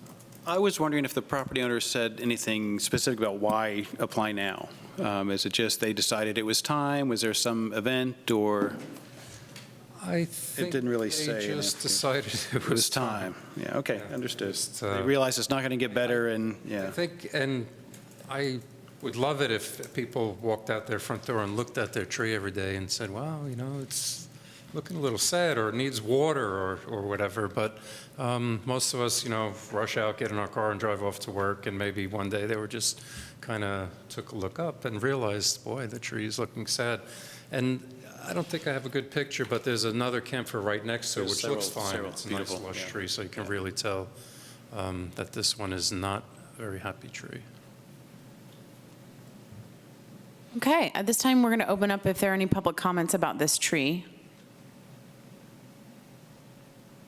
And we'll close public comment, and we'll have any discussion or anything people want to talk about related to this tree application. I love camphor trees, it's too bad. Or do we have a motion? Oh, I move to approve the tree removal permit. Second? I'll second. you did, oh, I thought you did second. Oh, yeah. Everyone in favor? Aye. Anyone opposed? Okay. And then our final tree removal application of this evening is on Talbot Street, 968 Talbot. Okay. Talbot, this is a jacaranda that the owner applied for removal due to the fact that it's got some dieback in it. It's got a little life left in it, but it's looked like this since about at least 2008 per Google Street View images. The property owner had two of the same trees planted at the same time, and this is the other jacaranda, which seems to be doing fine. It's got nice shape, it's growing, it's flowering. It looks fairly good for a jacaranda, which is one species that kind of has been struggling lately. There's a lot of sad-looking jacarandas in town. So here's a view. If it's a little hard to see, but this is the good one on the right side, and this is the one that we're discussing. Was that let me go back. Yeah, so that's Google from February 2019. This is March 2015. And again, you could see the tree in question looks actually a little better, a little bigger than it does today. This is 2011, basically the same size, whereas the tree on the right has been growing. And this is a fuzzy 2008, the best we can get from Google. And again, there's the tree. I would say it's taller in 2008 than it is today. Here's another angle of recent with the more healthy tree and the smaller tree that's just stunted. Seems to be more than just stunted, seems to be in decline now. There's a lot of dead branches. I pruned out the top. You can see right in the center here, the whole top of the tree was dead, and while I was there talking to the property owner, I pruned out the top of the tree. I didn't prune out the rest of the tree. It wouldn't have left much to the tree. I wanted to, leave it and get some pictures, and there's no real risk with these smaller branches causing any problems. So again, this is the tree. What the property owner, he wants a tree that's going to grow and look healthy and vigorous in his property. So there's not really a safety risk here, but I would recommend approving the removal for this, just so we can take out this stunted tree and put in a different species. I want to work with him and try to figure out what he would feel would be a good species for his property, and remove it and replace it with a better species. So not a jacaranda. All right, thank you for that report. Are there any clarifying questions from the commission? In other instances, you've said that sometimes trees just don't flourish for a little while. So in this case, are you saying because the same type of tree was planted in similar conditions, you just don't think that this is a good location, or that this tree will have the opportunity to eventually do better? Well, looking back at least 11 years, it seems like the tree hasn't Long enough done time. much of anything. So Okay. yeah. And the property owner seems to be doing the right thing. The tree's watered, it's mulched around the base. Takes good care of his property, and I don't, it's hard to say why. It might have been a bad nursery stock. It might have had girdle roots or some problems. So. Any other clarifying questions? Do we have any public comment on this tree removal application? Any discussion on the commission's part or movement? Motions, anyone? Do we want to wait for Julia to come back? Oh, sorry, yes, we do. Well, Or I think, Don't- because we still have we have 4, so we're okay, unless there's going to be major disagreement. So I don't think so. is there any motion? I'll move that we accept the application. I second. Everyone in favor? Looks like the motion carries. So we'll wrap up the street tree removal or the tree removal discussions and move on to the Terrace Park replacement tree option, which is also going to be presented by John. Okay, last time we left off, we decided on two of the 3 locations for replacement tree, but we didn't decide on a species. So this is the one location by the picnic table. I believe we decided Coast Live Oak at this location, being a drier, somewhat dry area, and hopefully eventually some nice shade for the picnic tables there. And then the other area was the west end of the basketball courts, where there is room for 2 trees, either both the same species or 2 different species. We could, whatever we decide there. And we narrowed it down to 3 different species, which I included in the packet. Big leaf maple, coast live oak, or coast redwood. I think we talked about the coast live oak maybe not being an optimal tree here because of irrigation and constant watering, and it's not a tree. It's a tree that doesn't like to have moist roots. So I think we have it narrowed down to big leaf maple or coast redwood. I don't know. We discussed these before, and we wanted a little more information about the trees. So I included just the basic characteristics of each of these trees in the packet.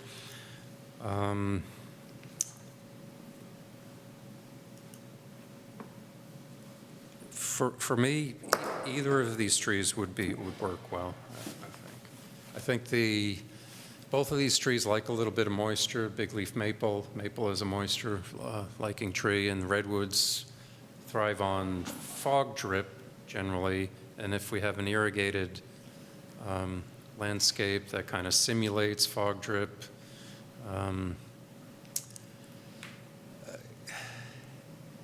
After the climate discussion, there's a possibility of irrigation being cut back, or I don't know. There's a lot of variables, but as it stands now, we have an irrigated field. We have some nice green grass there. We could put either one of these trees or one of each tree there. I tend to lean towards the maple. I think the maple is a good choice. I think the redwood's a beautiful tree, incredible, symbol of California, but it's a messy tree in a park area. It could be a little bit of a problem.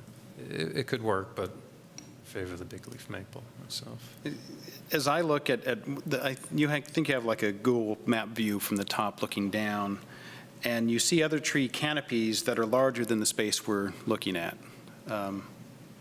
I'm sorry, are we ready for clarifying questions? Yes. Yeah. So I'm just questioning whether there's really room for 2 trees there. I mean, for 10 years probably, but if one of them is really going to thrive, or would you plant them kind of on opposite ends and they would, maybe that's what you're thinking. I see, that would work. Yeah, we could space them. I think the big leaf maple could become a broad tree, but in nature, they can grow against each other. It's not like, there's room on the other sides of the tree. Right. Okay, I just wanted, because I'm looking at the picture in there. Yeah. Or, I mean, we could decide on one tree, too. Yeah. We remove one tree, we've already got one replacement, and we're looking for one or two more, so. I mean, the more. I want a big tree, and I want there to be room for a big tree. That's Sure. Yeah. Any other clarifying questions from the commission about this? Do we have any public comment on this Terrace Park tree replacement? Okay, any discussion or motions from the commission? Discussion first, I guess. I just want to point out that redwoods typically did not grow in this part of the East Bay. They grow up in the hills, but not in the flats. And that big leaf maple is something that could have grown along creeks. We mostly had willow, but it is something that would match the environment maybe slightly more. So sorry, are you preferring the maple over the coast? I'm just giving that as a nugget for you all to chew over. What you were saying about the coast live oak not being able to withstand the irrigation, the heavy irrigation, I mean, between the two, I don't know that I have a huge preference between the coast live oak and the maple. I think they look nice, like both nice choices, but just wondering, could you reduce irrigation though, if you wanted that, if you wanted the coast live oak there? I don't know what the configuration for irrigation is there. I don't know if that can be sectioned off or. Okay. Just curious. Yeah. And coast live oak, again, is another incredible tree on many counts, but again, it's more a messy tree. I see. Okay. For a playground area. Not optimal. So just wanted to clarify too, is the big leaf maple, it looks like a large tree species, right? The potential to be a large tree species with a very wide canopy or broad, yeah, okay. I forget the source of this, but what I found, it can grow 30 to 75 feet tall. Mm-hmm. So I've not seen any 75-foot tall big leaf maples, but in width between 30 and 50 feet. So you figure a 30 to 50-foot distance between the two. I think we have 30 feet there easily, so there's spacing. And my assumption is that the trees won't grow to these maximum sizes in an urban area, even in an irrigated park setting like that. So I think we're talking about maybe a 40, 50-foot tree with maybe a 40-foot spread. Okay. I really like the larger canopy. I love redwood trees, and I think that might have been my suggestion, but I actually really like the canopy look of the maple in this particular space, and I think it's a nice addition to that end of the park. And so to be clear, the plan is for coast live oak in the area near the benches, where the tree previously was, right? Yeah, so this, I don't know what that is, but it's no longer there, so generally in that area. And so that's sort of been decided, and what we're trying to decide now is what is going to go in the space next to the courts. And I guess I think the big leaf maple, one of them there would be appropriate. Yeah. I agree on the one. I just feel like there was some sensitivity to wanting to preserve as much green field space as possible, and so I feel like putting one of the big leaf maples down in that section would be nice, and we would still have replanted 2 trees in the park for one that we took down, so it feels like a good. Sure. Any other discussion, or is anybody prepared to make a motion? We want public comment. Oh, sorry, I'm so sorry. I asked public comment, I think, already. Yeah, I already asked about that. Can I ask if we do one, to strategically kind of place it then closer to the tennis court end of that to keep That was going to green be the space? suggestion, of whatever looks good, but also to preserve as much of the field space as possible, with enough room, though, that the canopy can grow. Yeah, I mean, you also don't want to disturb the asphalt around, right? And I then. don't want it right up against. And then also, I mean, you can imagine that little space would be, the one thing is nice to sit under a tree. So if we can make that happen, yeah. Agreed. Okay. I move that we approve planting 1 big leaf maple in this location. Do we have a second? A second. Everyone in favor? All right. Great. That brings us to our final agenda item of the evening, which is very exciting. Second to final. Second to final, excuse me. I am sorry. I'm looking at the attachments. You want, seriously? Okay. The Dog Park Subcommittee has a recommendation and have shared a very thorough report in advance of tonight's meeting, so I'm not sure if it's Julia? Yeah, I can do it, yep. Todd and I were joking because we feel like we've been around this road many times, that we didn't actually have a big presentation for tonight where we're actually making a decision. But I think a lot of people here have already heard the presentation. You all surely have. So we'll maybe just try to be we'll focus in on the recommendations and then provide information to support those recommendations as relevant, if that makes sense. Perfect. Okay, great. So really, then, I don't know if the commission has had time to review the entire report, but that was also, very much a public-facing document so that people can understand the history of what we've done. But the only thing I'd like to summarize is the public engagement process that we had, which isn't one of the appendices, but basically we started a process all the way back in the fall of 2018 where we were first talking to the neighbors of Section B and then also the users separately. Thank you, Shelley. And that was really to understand the particular issues of that area. And so we did door knocking and door hangers for the neighborhood. All around adjacent to Section B. And then for the user surveys, we went to Section B at different peak user times to do just not fill in the blank, but multiple choice surveys. Then we put together a public online survey for the entire city to participate in. I think we got 200 responses through that online survey about just general dog needs for dog facilities and dog parks in Albany. We got information from that. We held a public workshop recently, which we already presented on, that both presented the results of those two surveys, Section B online, but then also collected more information from the community. And last month, we presented all of that to you all. And now we're presenting recommendations from all of that research. Beyond those surveys, we also did talk to the police chief, and we had extensive conversations with Shelley about her long history on the project. And also Todd has been part of the commission for years, so has some history with them. Not that much. Okay. I came along just after all that was happening. Oh, I see. Okay, so maybe not as much as I thought. But So now I just want to dig into the recommendations. And the first recommendation we have is to designate Memorial Park Section B as an official dog park. What's kind of interesting about that designation is most people commonly think of it that way anyway. And it's almost like, what? It's not a dog park? And so that... So this was sort of to address that vague status that it has been known as a multi-use area and just call it sort of how it's been used. I think this will help clarify to city staff about how it should be used and managed, and also the public about it just relieve the ambiguity. And then the second is based on our feedback that we received both from the neighborhood, Section B neighbors, and also the users, we thought that there might be some ways to actually improve it, because it is, and you know what, Todd, you can chime in any point here, but I do want to also make the statement that Section B has been very controversial in the past. And so sorry I didn't preface it with that. We've tried to say that at every other meeting.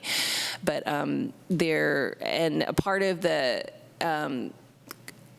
the reason we think it's controversial is because there was no public process done the way we've done it. So hopefully we've provided an opportunity for people to voice their concerns. And what we did find from that deep engagement was that although there are definitely some neighbors who still very much feel negatively impacted by the way that area is used, there are also other neighbors that are just as close that feel very strongly positively about the usage of that area.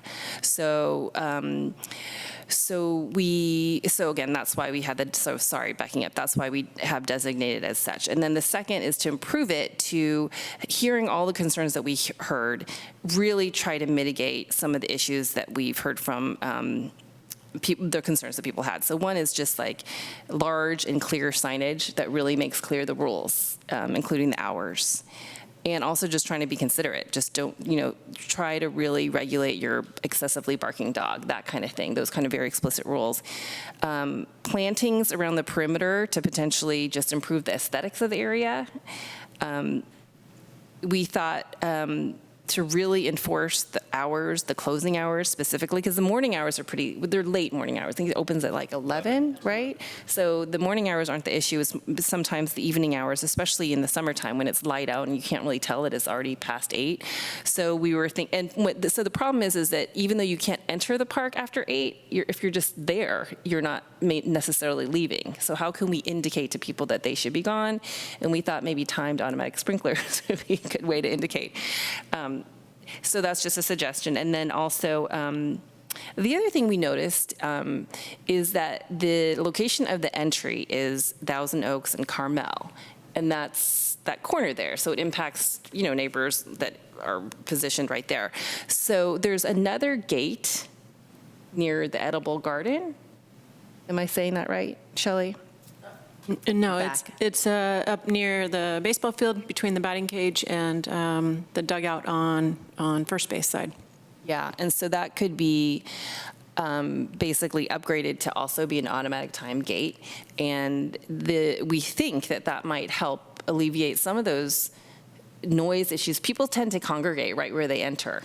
And so if there's a way to kind of have the people sort of be congregating in that entrance instead of the one by Thousand Oaks and Carmel, Shelley, and anyway, we thought of that idea. So Julia said also a time gate. We would be moving the entrance. There would no longer be an entrance at the corner of Thousand Oaks and Carmel. It would be, you'd enter, see the red arrow by the base, right next to the baseball diamond. You'd enter there, and people would tend to congregate on that end rather than down closer to the houses. That's the idea.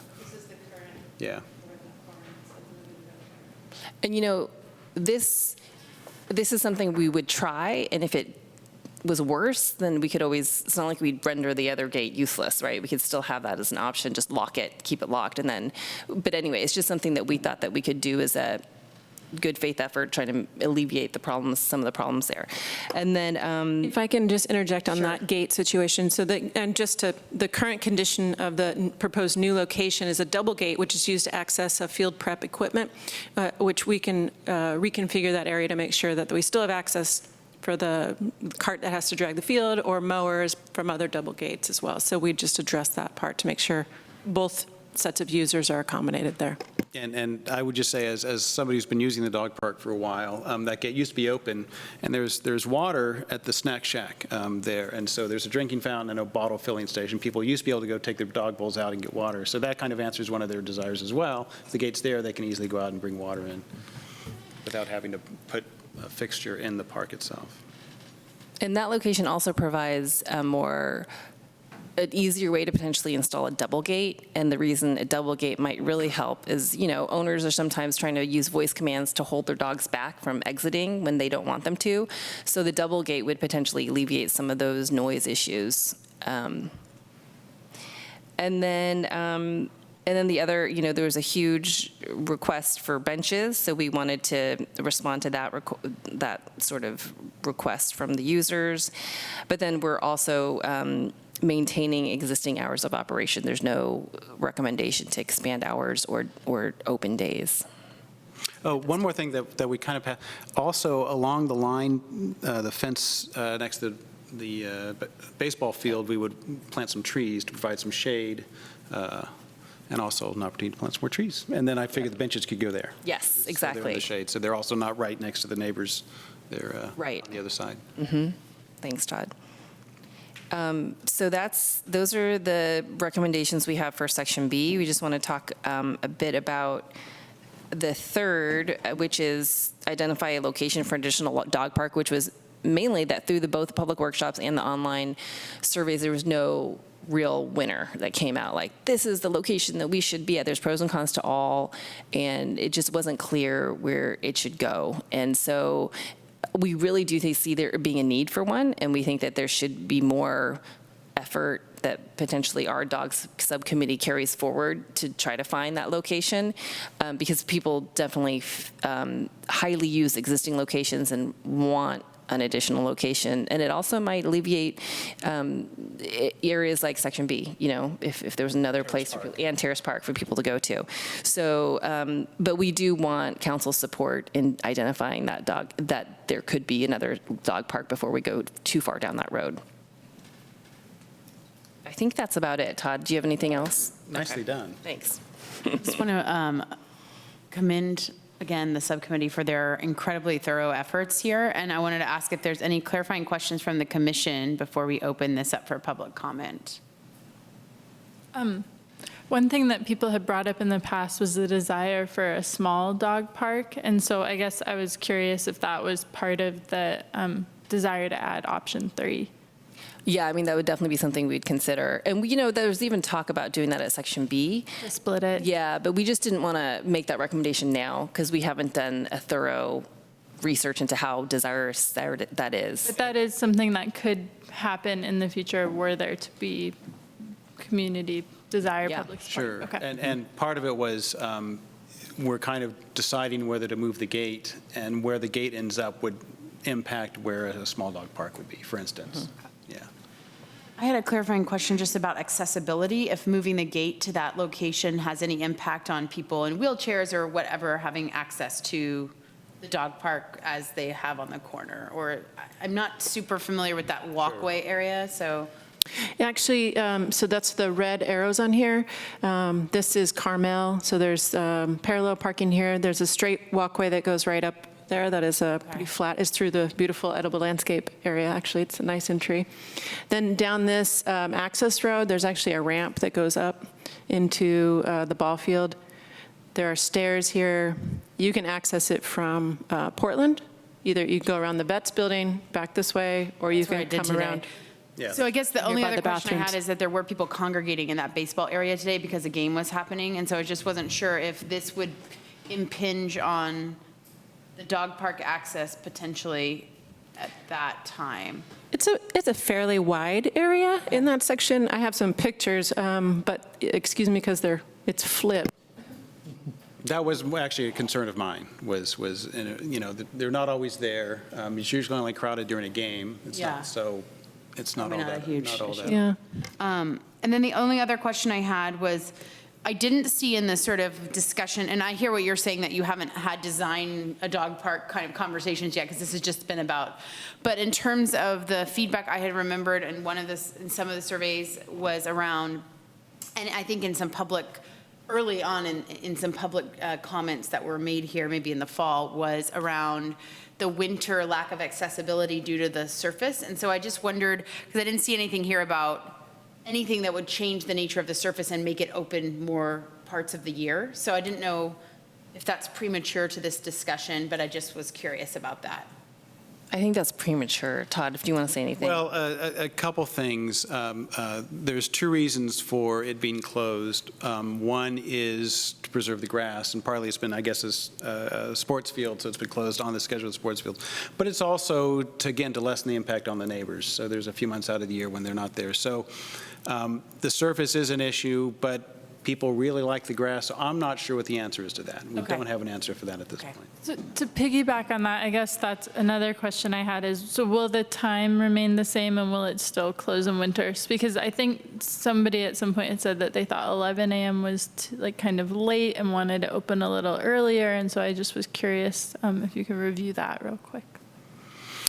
We did ask the question, open earlier, open later, and there was much more interest in it being open. Oh boy, now I need to remember. It's one of them. Was it in the general survey that we asked that question? It was. Okay. And I have those results here. I think it was early, that they preferred it to be open early. I heard comments in the room here that people were trying to get to work and wanting to be able to go, at 8 or 9, and that at Berkeley's dog park it opened around 8:30. Yeah. So I just remember some discussion in these meetings, but in terms of in the presentation, I don't. And then about the winter surface. I don't think that made it. We did not ask that of Section B users, so I think we wouldn't make that recommendation this round. We'd have to do some more research. Okay. Yeah. But thanks for asking. Any other clarifying questions before we go to public comment? I know we have some folks here to make some comments, and I will invite anybody up that would like to make a comment about this item.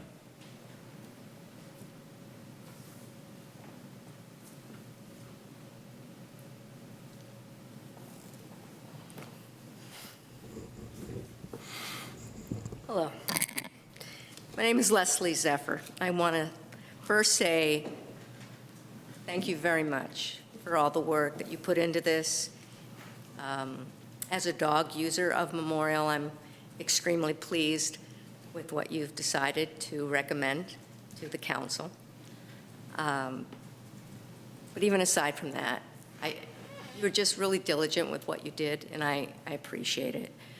I do have one other comment. The reason people congregate right by the opening gate is because there used to be a tree there. And that was the only place where there was shade. So you'd have 15 people plus the dogs all trying to get in here. And then that tree was cut down. And just by habit, that's still where we all congregate. And the only other place where there are trees, where there's shade, is down there. So this is just a suggestion.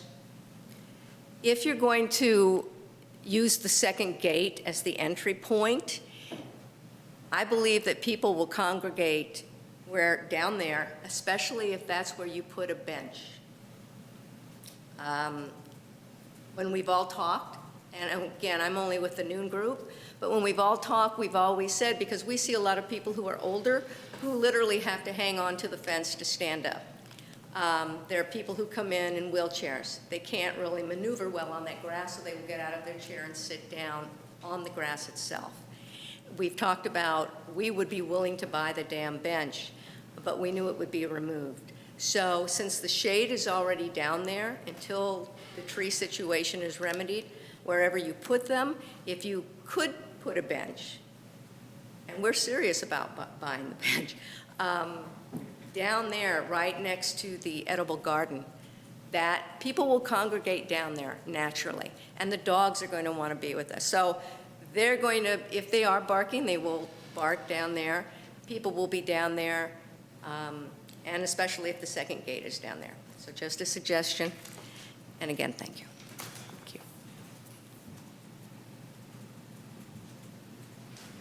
Welcome our next public comment. I'm Ann Guess, Albany resident on Carmel, so 2 blocks from the park. And again, just wanted to say, thank you so much for all of this work. I filled out the survey, and it feels like city is really listening to both sides, so that's impressive. I think it's a great compromise, what we've worked out.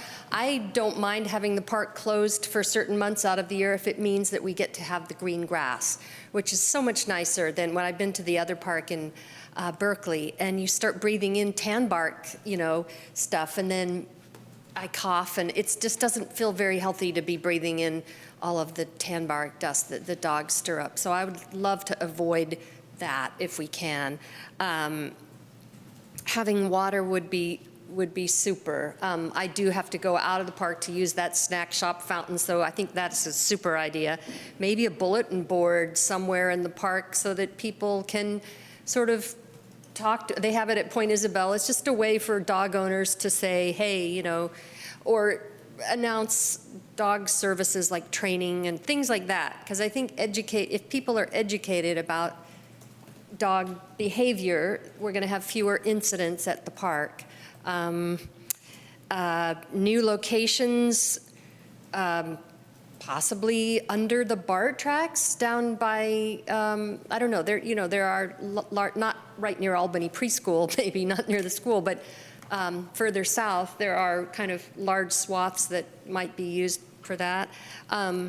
Only question about moving the gate is there seems to be this ongoing construction at the park that obviously that right now to get to the dog park, you have to kind of do this tortuous thing. I'm sure that will all be resolved hopefully soon, and then we could move forward with the plan. Anyway, thank you. Thank you. Any other public comment about this item? Oh, here we go.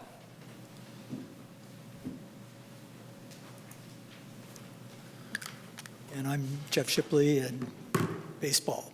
Both Little League and the Albany High School team are generally in favor of changing it from a dog park. That being a multi-use, it's never been multi-use. I mean, we used to think that you'd have a game being played and the following game could be warming up over there. But if you throw balls over there with dogs go nuts. So that's never worked. We've never done that. We do have a number of issues with the gate. Starting in December, every year we replant the infield. Grass, we do it, volunteers do it. It's all manual work. We get the high school baseball team and Little League players out there for 2 or 3 weekends, and there's 50 or 60 kids walking. We get dirt and material dumped here. We bring it into that gate. We bring a small tractor through there, around to here, and wheelbarrows to the dugouts. If the only truck access, equipment access to the field is up there, we can't do anything during the winter. From there to the infield, it's all mush all winter long. So we need some way to get through there. Other issues we have with the gate getting relocated there is, much as I said over here, the players congregate when they're about to swing their bats. Players congregate outside this batting cage, swinging their bats. And the more people that are around there when kids are uncontrollably swinging their bats, somebody's going to get hit. All the fans are here. Most dogs interact well with fans, but I've had my own dog there watching a game, and some little kid will come pet it like that, just out of nowhere. We sell food here from the snack shack occasionally, so that's going to be an issue with the dogs. If this is the main entrance, same as that one, particularly when it's wet, immediately where everybody walks in, that's where it gets the muddiest. So up there, you can see how it's all dead up there. It's because when it gets wet, that portion of the grass gets muddy. So all the mud will be coming in here and be coating that.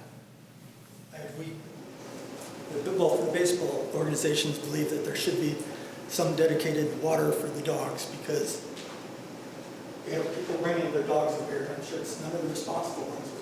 Here, if I go drink out of the drinking fountain, hold them up there, and it's unsanitary. Let's see here. Okay, it's relocation, muddy. The 815 sprinkler is a good idea. The sprinklers were configured before this fence was put in. So some of these sprinklers cover both sides. If you turn the sprinkler on in the dog park, it's going to water down the baseball game that's going on. So the large elephant in the room is, once you've got a single group that it's a dog park rather than a multi-use park, that group is going to be speaking loud and clear that we're tired of having baseballs rain over. I mean, every game, every practice, foul ball goes over there and we yell out, "Dog park!" And everybody in the dog park does this because the ball's coming over. So if you plant trees or something there, maybe that'll help. But you're going to have some point, some group demanding that this fence be as tall as that fence out there or something else. Thank you. So can I ask real quick, you would be okay with trees planted along that fence? kept They'd come over a little bit, but come over a little bit, and if it didn't mean that I'm out there with these people 8 hours every Saturday and every Sunday, most Sure. of the week. It didn't mean that I'd be the one raking up the leaves right. for the trees. Mm. Sure. It's not going to interfere with the game at all. No, I mean, if they're hanging over, there'd have to be some ground rules. There's actually that tree there, the tall fence goes up, and it's got a branch Comes that to- that's goes right, into that's the right. panel of the fence. And every game, before every game, the umpires go, okay, and if somehow a ball hits that, this is what happens. So they'd have to say, somehow a ball hits those trees, this is. That's a foul ball. It'd be a foul ball, yeah. Well, if it's hanging over It'd have to hang the along. fence and a player goes over there and glances Oh, that's true. at the ball That's and true. catches it, That's true. I mean, it'd have to be discussed, but in general, no, we wouldn't have any problems with that. Very good. Thank you. Any other public comments? Oh, we have another one.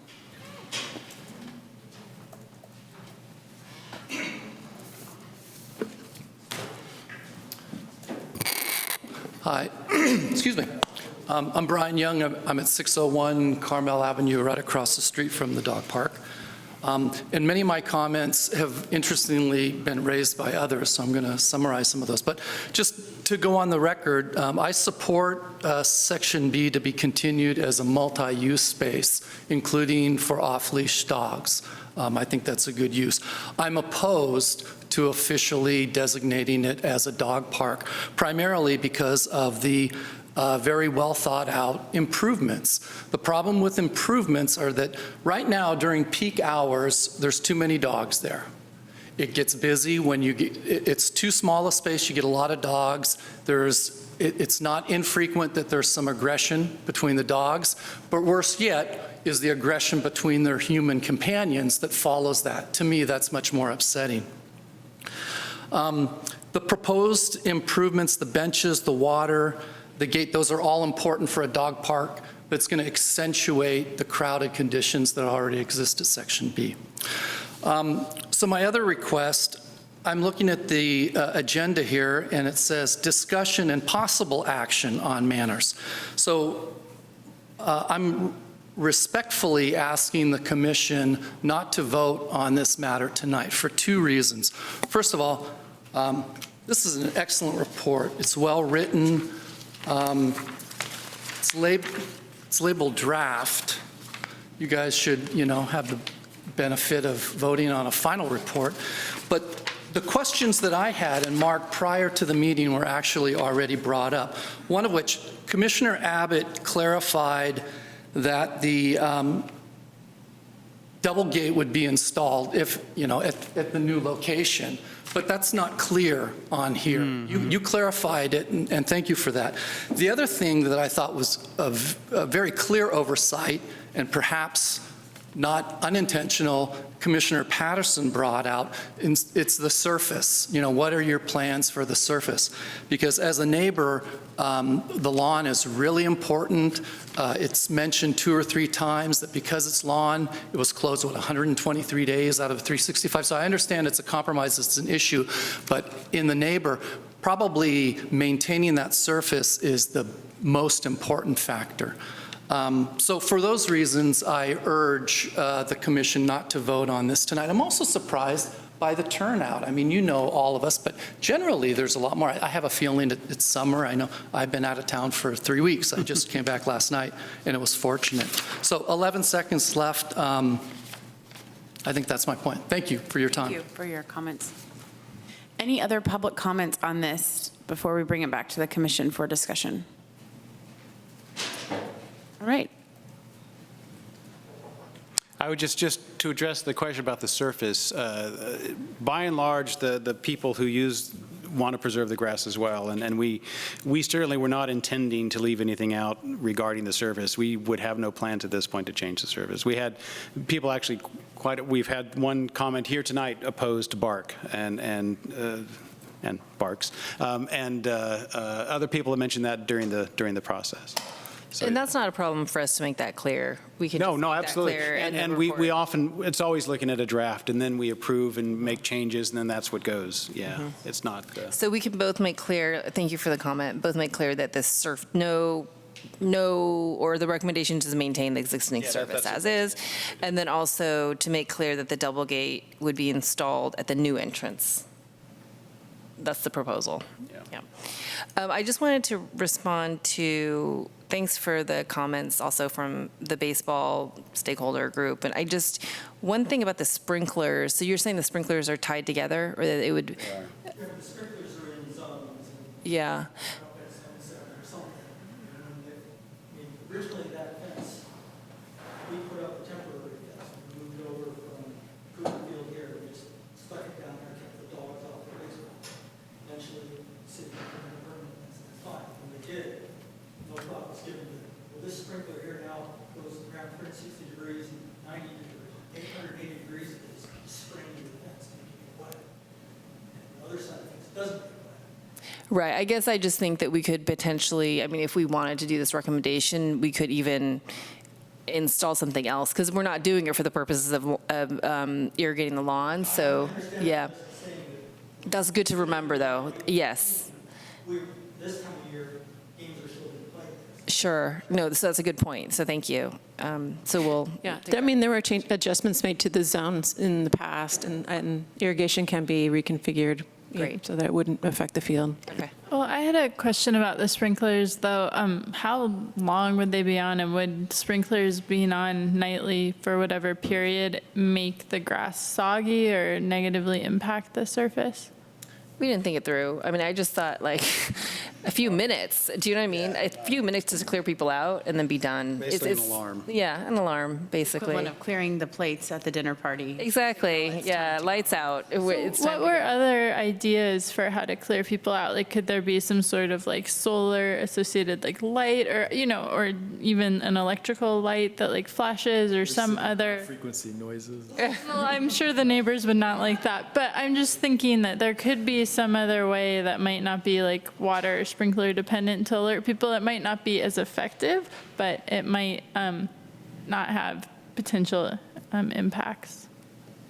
Yeah, if you have any ideas, Those are my ideas. discussion for Flashing a solar. Well, I mean, the first Sort of. idea was the time gate, and that's actually been quite effective. Yeah. You said, yeah, for But though people from who are time to in time, to go there out. Are still, yeah, right, and people still linger, although, I mean, it's not so bad, but I think it does that- still happen. Yeah, I think there's so many regulars there that you just have the sprinklers go off like 5 times, and then they're like, okay, I learned, we'll get out of here by 8, and then they're checking their watches. Dogs will learn, the humans? Yeah, who knows? But maybe we could, I mean, certainly that's one of the easiest things to do, is to just, do the time sprinkler. But if you feel like it's kind of harsh.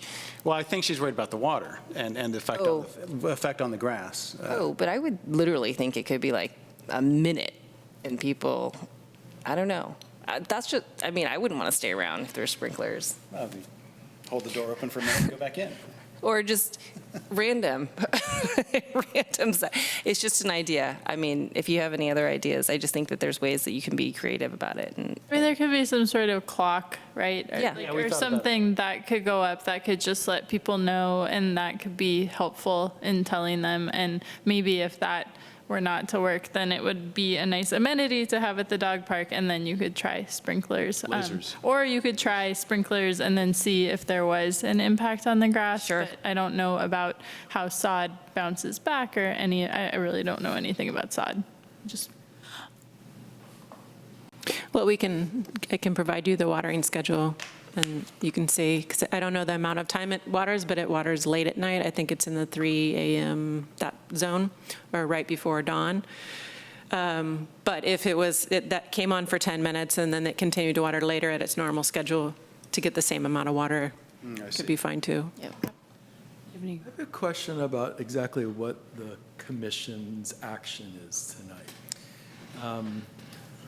And it's a little unclear from the agenda. Are we, I could see one possibility is that we're recommending that this report move forward to the council without necessarily sort of approving or endorsing the specifics in it. Or are we trying to kind of come to a document that we all agree on, including all of the details, as a statement of the commission's position on this issue. It was my understanding that we were going to be making a recommendation through the subcommittee, through the commission, to the city council, based on what the findings were about the subcommittee's work, which the recommendations as outlined include designating Section B a dog park, adding amenities to more fully flesh that out, and exploring the future possibility of an additional dog park location in Albany, and that those would be the recommendations to council based on tonight's discussion. So this report will be the recommendation of the Parks Rec. That's correct. Space Commission. And as amended, as edited or amended. So I just want to comment on the thoroughness. I know I've mentioned this, but I mean, truly, it's a very thorough community survey. I feel like there was a great effort to connect with a bunch of different stakeholder groups. I've had a chance to review this in detail, and the various different pieces of information that have been shared over this time. And I feel actually more positive than I ever did the whole time about a consensus generally about Section B being designated a dog park, and that there's great use and interest in that. And I also feel that with the huge amount of interest in dog park facilities, that your recommendation about looking at an additional site, and particularly an additional site that's geographically disparate from that location, makes a lot of sense. My one, and I actually love all the things that you've suggested in terms of the amenities. I think the one thing I would say is, because we're not sure about the plausibility or ability to do all of those things, I'm a little concerned about coupling all of that together in with the recommendation, and would rather see if there's a way to state some language. Here are some suggested ways that we might be able to create a plan that's more amenable to neighbors, to users, and where it's not saying we will do A through G, but we have, these are some thoughtful suggestions about ways we might mitigate conflict or find middle ground. So that's just one thought about how to soften the language and leave a little bit of room for further research or eventualities when there's actually a dog park being planned, and that, that's further work of the subcommittee. But I'm very supportive of the Section B designation, given all of this research and data, and also of committing to look for an additional dog park location in the city based on the interest and the use, and also in hopes that that might thin out some of the use of this site as well. Mm-hmm. So I would say the language is, it's a recommendation, not a proposal. Yeah. It's, these are the recommendations we're putting forward, and then council was certainly happy to look at that. And if they decide to go forward, it's going to come back here for the details, I imagine. Sure. They're not just going to make it happen.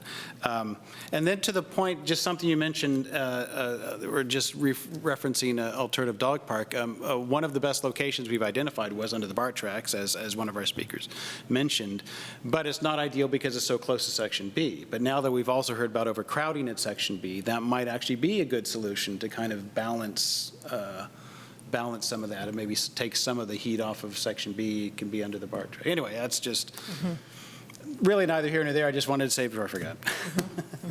So some people recommended water for dogs in the dog park, and then also there's a, not quite recommendation, but concern that there might be foul balls that go there, and the potential for a taller fence. And so I guess I'm just curious whether or not those two things were considered and why they aren't in the recommended improvements.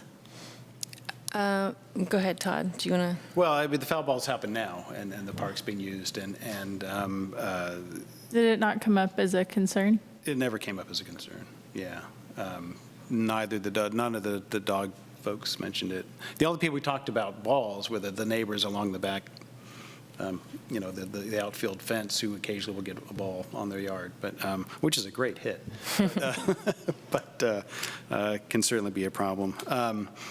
The water. The water. Well, I think for the water, we've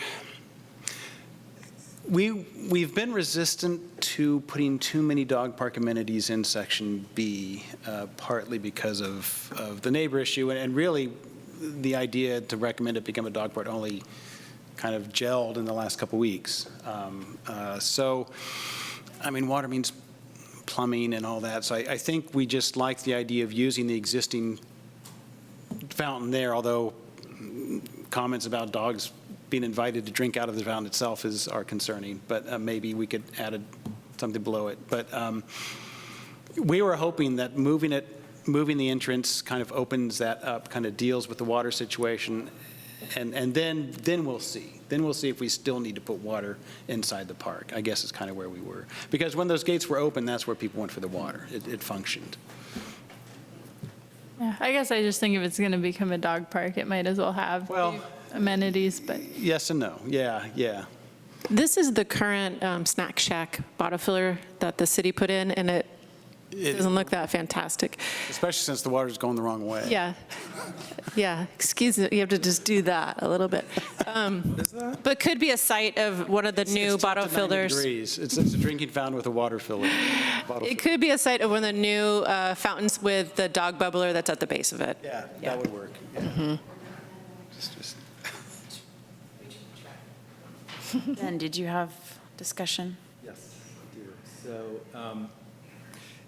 you've set the bar high for the work of commission subcommittees. I'm going to need to get to work right away. I think this is exactly the way this sort of thing should occur in terms of community outreach, soliciting input, and then a real thoughtful consideration of all of the information you received to put forward what I think is a very solid recommendation. So I commend you for that. And I agree with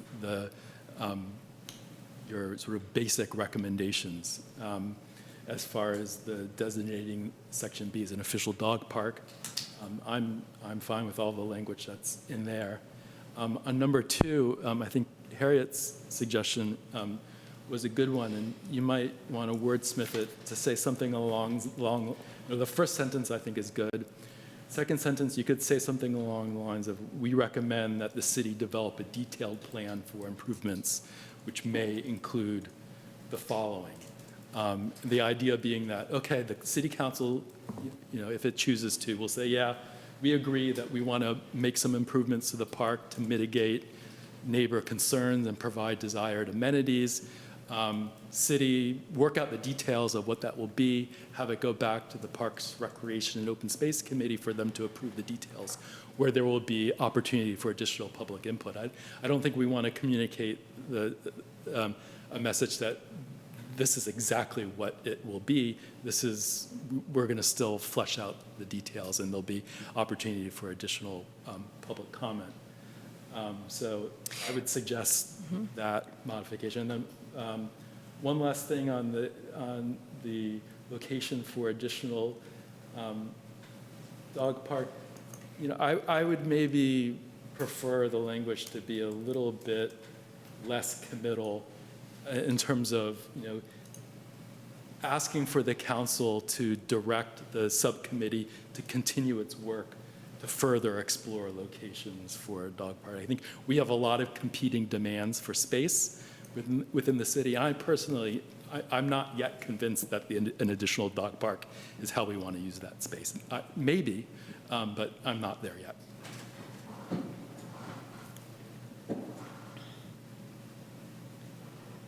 Any additional discussion?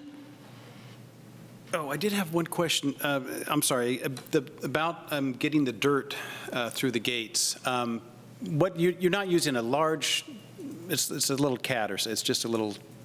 We use a bobcat. Yeah, a bobcat. So it's. So would half that gate work? I mean, if one of them remain, it's two sides to the gate. You need the whole thing? It's about 5 feet wide. It's the shovel on the front of it. Right. Pallet.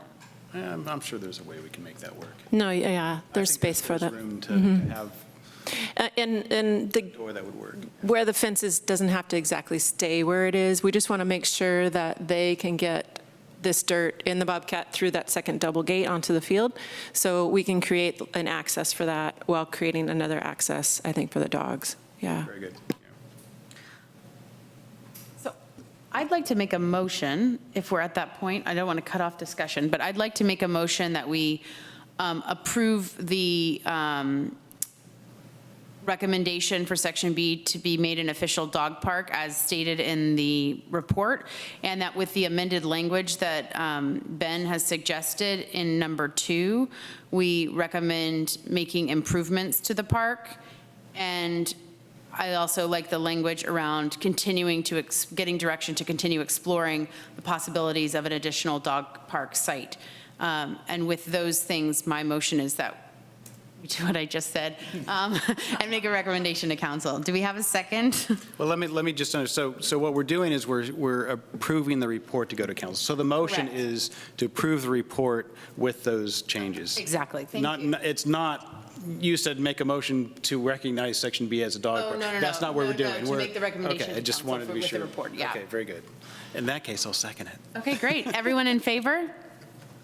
Excellent. Thank you so much. And I want to thank everybody here who made comments and has been a part of this process in whichever way throughout these many months. We will have direction from council. And then we have one more item on the agenda, which is Hillary's report about interpretive signage.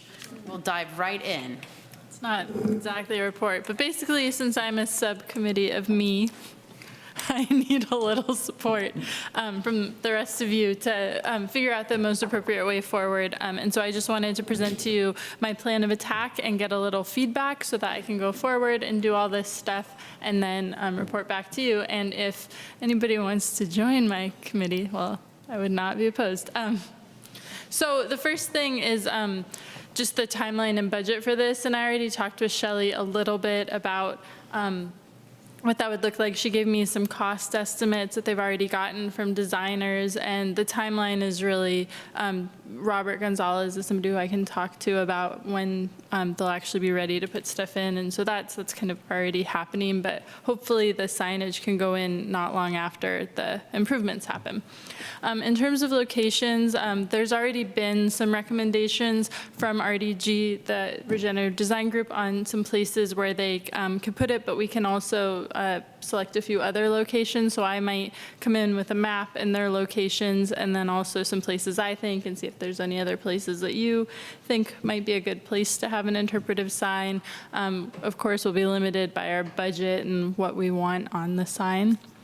And then in terms of content, I think what would be best is to try and get some input from the community in terms of what we actually want to tell people about Albany Hill or Albany when we're out there. And so my idea was to talk to a number of different groups, which would of course include Friends of Albany Hill, Margot Cunningham, who we've heard from a lot, the Albany Historical Society, potentially tribes in the area. I'd love to talk to some teachers, but I'm not really sure what grades to focus on, or if, kind of how to go about that process. And then I wasn't sure if there were any groups that I'm forgetting that you could think of. So it's a question that we can either get to at this moment if you have a spark, or when I'm done.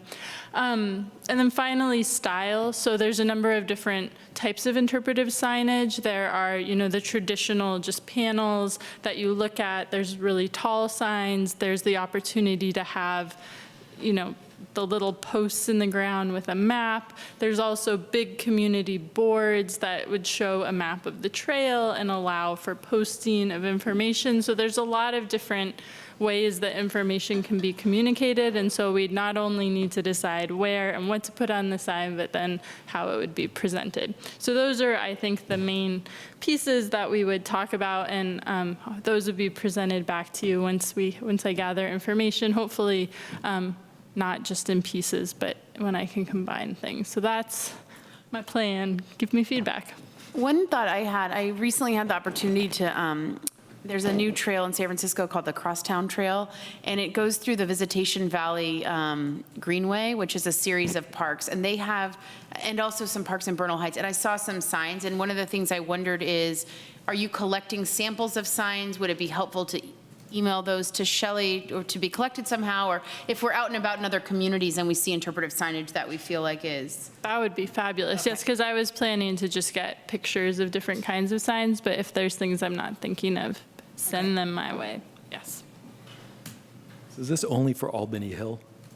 So currently, this is only for Albany Hill. We're not expanding beyond, but the hope is that we can then move on to other places, because the goal really is to be able to have some sort of standard for interpretive signage at some point, if I'm understanding correctly. Oh, for interpretive signage, yes. The other signage is the boring signage that will be in parks, which is the rules and basics in the park. But the interpretive signage, this would be the one that would start it. Because I think the only other place that we have interpretive signage is over at the creek. What street is that? When we did the renovation of that creek a long time ago, like in 2012, they have a little outdoor school site and some interpretive signage there. There was some discussion about putting some information on the Albany Greenway interpretive type signage about some of the native plants or some of the fruit trees, or at one point there was a discussion about that. I don't know if that moved forward at Like all. labeling the different various trees that are out there? Yes, yeah. Yeah, and so that's something that could or could not be discussed, is if we want to have kind of standards or rules about how interpretive signs are developed, or some sort of similar aesthetic that once we decide for this place, maybe we want to propagate throughout other interpretive signed areas in Albany. I also wondered, because some of the signs that I'm referring to in San Francisco were specifically targeted towards children, and whether or not this community preschool that we heard the presentation about, or the sort of 1 mile smile. One square smile school. Whether there was any thought about creating any signage that would be maybe especially targeted towards young people? So what age group? I think that's kind of the question about teachers, or maybe that's a larger question, is kind of what's the level that we're trying to achieve in terms of what we're communicating? Is it something that would reach all people? Is it to tie into younger people of Albany, Albanians, whatever we want to call ourselves? Well, we start Smile School this fall, and one of the spots they're going to be on for a while is Albany Hill. So hopefully our So talk to yeah, Heather, and soon we'll have a new coordinator. And then I just also wanted to just put out there, because I know this is probably beyond the scope of the budget that you've discussed, but there's a lot of opportunity with technology to capture or share even more information with QR codes or things like that on signage that can, and I was just thinking that's a nice way to sort of have maybe a special activity for kids or something like that, where through the use of some technical device, then you can sort of have a more targeted activity or learning option in that space. So that's kind of an addition beyond sort of what's physically present, but. The one thing I'm going to say about that is, I don't know, have you been on the Hill with your cell phone? No. Is that it's very limited reception on the Hill. I mean, there are places in Albany where it doesn't have reception, but maybe if that improves. But your house, yeah. But I think we should try it, though. And maybe if there are areas where it's fine, those might be the spots we target for that. Maybe it's more suited to other future signage issues, like on the Greenway or something like that, but. Yeah, I think it's a great idea. Those are Definitely fun. I mean, when people in nature, I definitely want them looking at their phones. That's exactly right. Nice idea, Shelley. Yeah, I mean, actually, I know what you're I went saying. on like a very long hike, and it was very helpful to have kind of an ability to do that. Yeah, and there, at some point, there had been talk Augmented about the questing, where, people can kind of go through and participate and, have people do geocaching, but some sort of way to like interact with open spaces in Albany, like what just happened That's what I was on. gonna say, just like that. Yeah, on Solano Avenue, and so there is the potential for it to become part of something bigger, or we just, pick some neat things that we want to talk about, and then have that be on the hill, like the monarchs, or, shell mounds, or just why does Albany Hill exist geologically, right? So there's a lot of interesting things that we can talk about, right? Eucalyptus trees. Where you can and can't ride your mountain bike, for example. Well, that would be more in terms of the rules, and so I guess that seems like it's not under the purview of this committee. That's something that. I think you're making the pretty and interesting signs, and next to that will be the sign that says, "Don't do these things." Yeah. So I guess, yeah, so if you guys have other thoughts, like from hearing today, I mean, we could talk to Friends of Albany Creek, or Friends of Five Creek, might be another group to try and talk to about signage in general. So this sounds fun. I'll join your subcommittee if. Wow. Thank you. It's now a fabulous. subcommittee of 2. So much All right. better. Okay. Well, yeah, and I guess, if you have thoughts about this, not, that you didn't think of now, you could always email Shelley and that'll get back. The only comment I would say is I really like the idea of local. So of course, monarch butterflies is interesting to know about just if it is prevalent in that area, but how Albany Hill was formed, I personally, that really feels interesting to me to know, especially since Albany is not such a very famous city that we would know a lot of historical facts. So Yeah, well, they almost named it after Albany Hill, but then they went after. That's El Cerrito. Yeah, then El Cerrito kind of came in. Oh, Yeah, I learned from the book Shelley gave me that first we were called Ocean View, and then there was confusion with the other Ocean View, so they named it after the place that our first mayor was from, Albany, New York. So because there aren't very many Albanys around here, are there? Right. I mean, that's the kind of cool stuff. Ones. Oh, sorry. That's cool to learn because you can't learn it online. You can learn about the monarch butterfly online, right? But to learn Albany history is very specific. So yeah, that's my. I totally agree, except because there's the cluster there and all the interests, it's just this wonderful, and it's part often of fourth grade curriculum is to learn about metamorphosis. It's this great opportunity to be out there and looking at something, and so that's what interpretive signage presents, is this right there Yes. educational experience that people can access. So I'm really excited. So both, right? You could do both. Exactly. Okay, thanks. And so I think our final thing, and I want to just also appreciate our subcommittee, our newly 2-person subcommittee. Our next, the only other thing is just if there are any future agenda items, and I have one, which is I just wanted a reminder that we had talked about getting an update on funds and budgets and things like that. So if we could try for that in September, I think that would be helpful as we sort of look at some of the other projects on the docket. I have, we kind of got through a lot of our June and July targets, so a few that I think we'll be ready for in September. Pickleball proposal, mountain bike update on that, and then maybe the Ocean View Community Garden and park rules in terms of the dryness of that. The one thing I'll say about the signage design is that we'll use the designer that I work with, who does most of the things that look like cool Albany things, to work with us on making sure that even though it's interpretive, it will still have a look and feel of our boring rule sign and other signage in town. Just to follow up about this report, Shelley, you took some notes in terms of what we should change, or do you want us to? I think I got it. The goal is for this to go to the first meeting in September. Right, so we have some time. So I think I got it, because I definitely wanted to add the clarity about we were not recommending a change to the surface or clarifying that we're going to maintain this. But I do understand why that's ambiguous, because the data suggests. Yes. Yeah. And so what the comments were, what I'll do is I'll modify track changes and give it to Todd, just to make sure I got everything. And then it just needs to go to City Council, 72 hours before, something before? No, it's a week and a half. I'll give you the due date for some time. And then I did want to mention, every time Susan Schwartz speaks, we talk about wanting to hear about the maintenance plans for the creeks, and you always say it's coming, and I just don't remember what you say each time, so. It was on our agenda. It was supposed to be on our agenda not this time, but the last one, but it got pulled.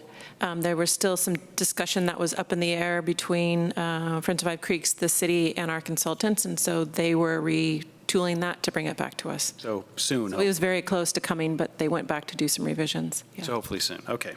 I would hope they will have it in September then, yeah. Okay, good. I guess I just had a question of when we were going to think about the master tree plan, when that might hit us, because that seems like a really big multi-year agenda item that I would love to start thinking about. So you don't have to answer that today, but just to plant the seed that. Maybe in September we can ask for it to be a formal agenda item or something. Yeah, that's a good idea. Okay. Well, I think if it gets passed with the climate action plan, because isn't that going to council You think in that would October? help spur us? Yeah, because then it'll be into action? tasked. I think it'll be actually Yeah, tasked. The tree is beyond this committee, and so it needs to come from council, the guidance to the various bodies that will be involved. to do it. So it needs to come from council. We do have the smaller parts, though, the tree education that we could start working on. And the city tree policy. We just made a commitment that we would wait till the dog park thing passed before. Yes. I just want to little breather. Thank you. I asked permission for that. But I have a question, though.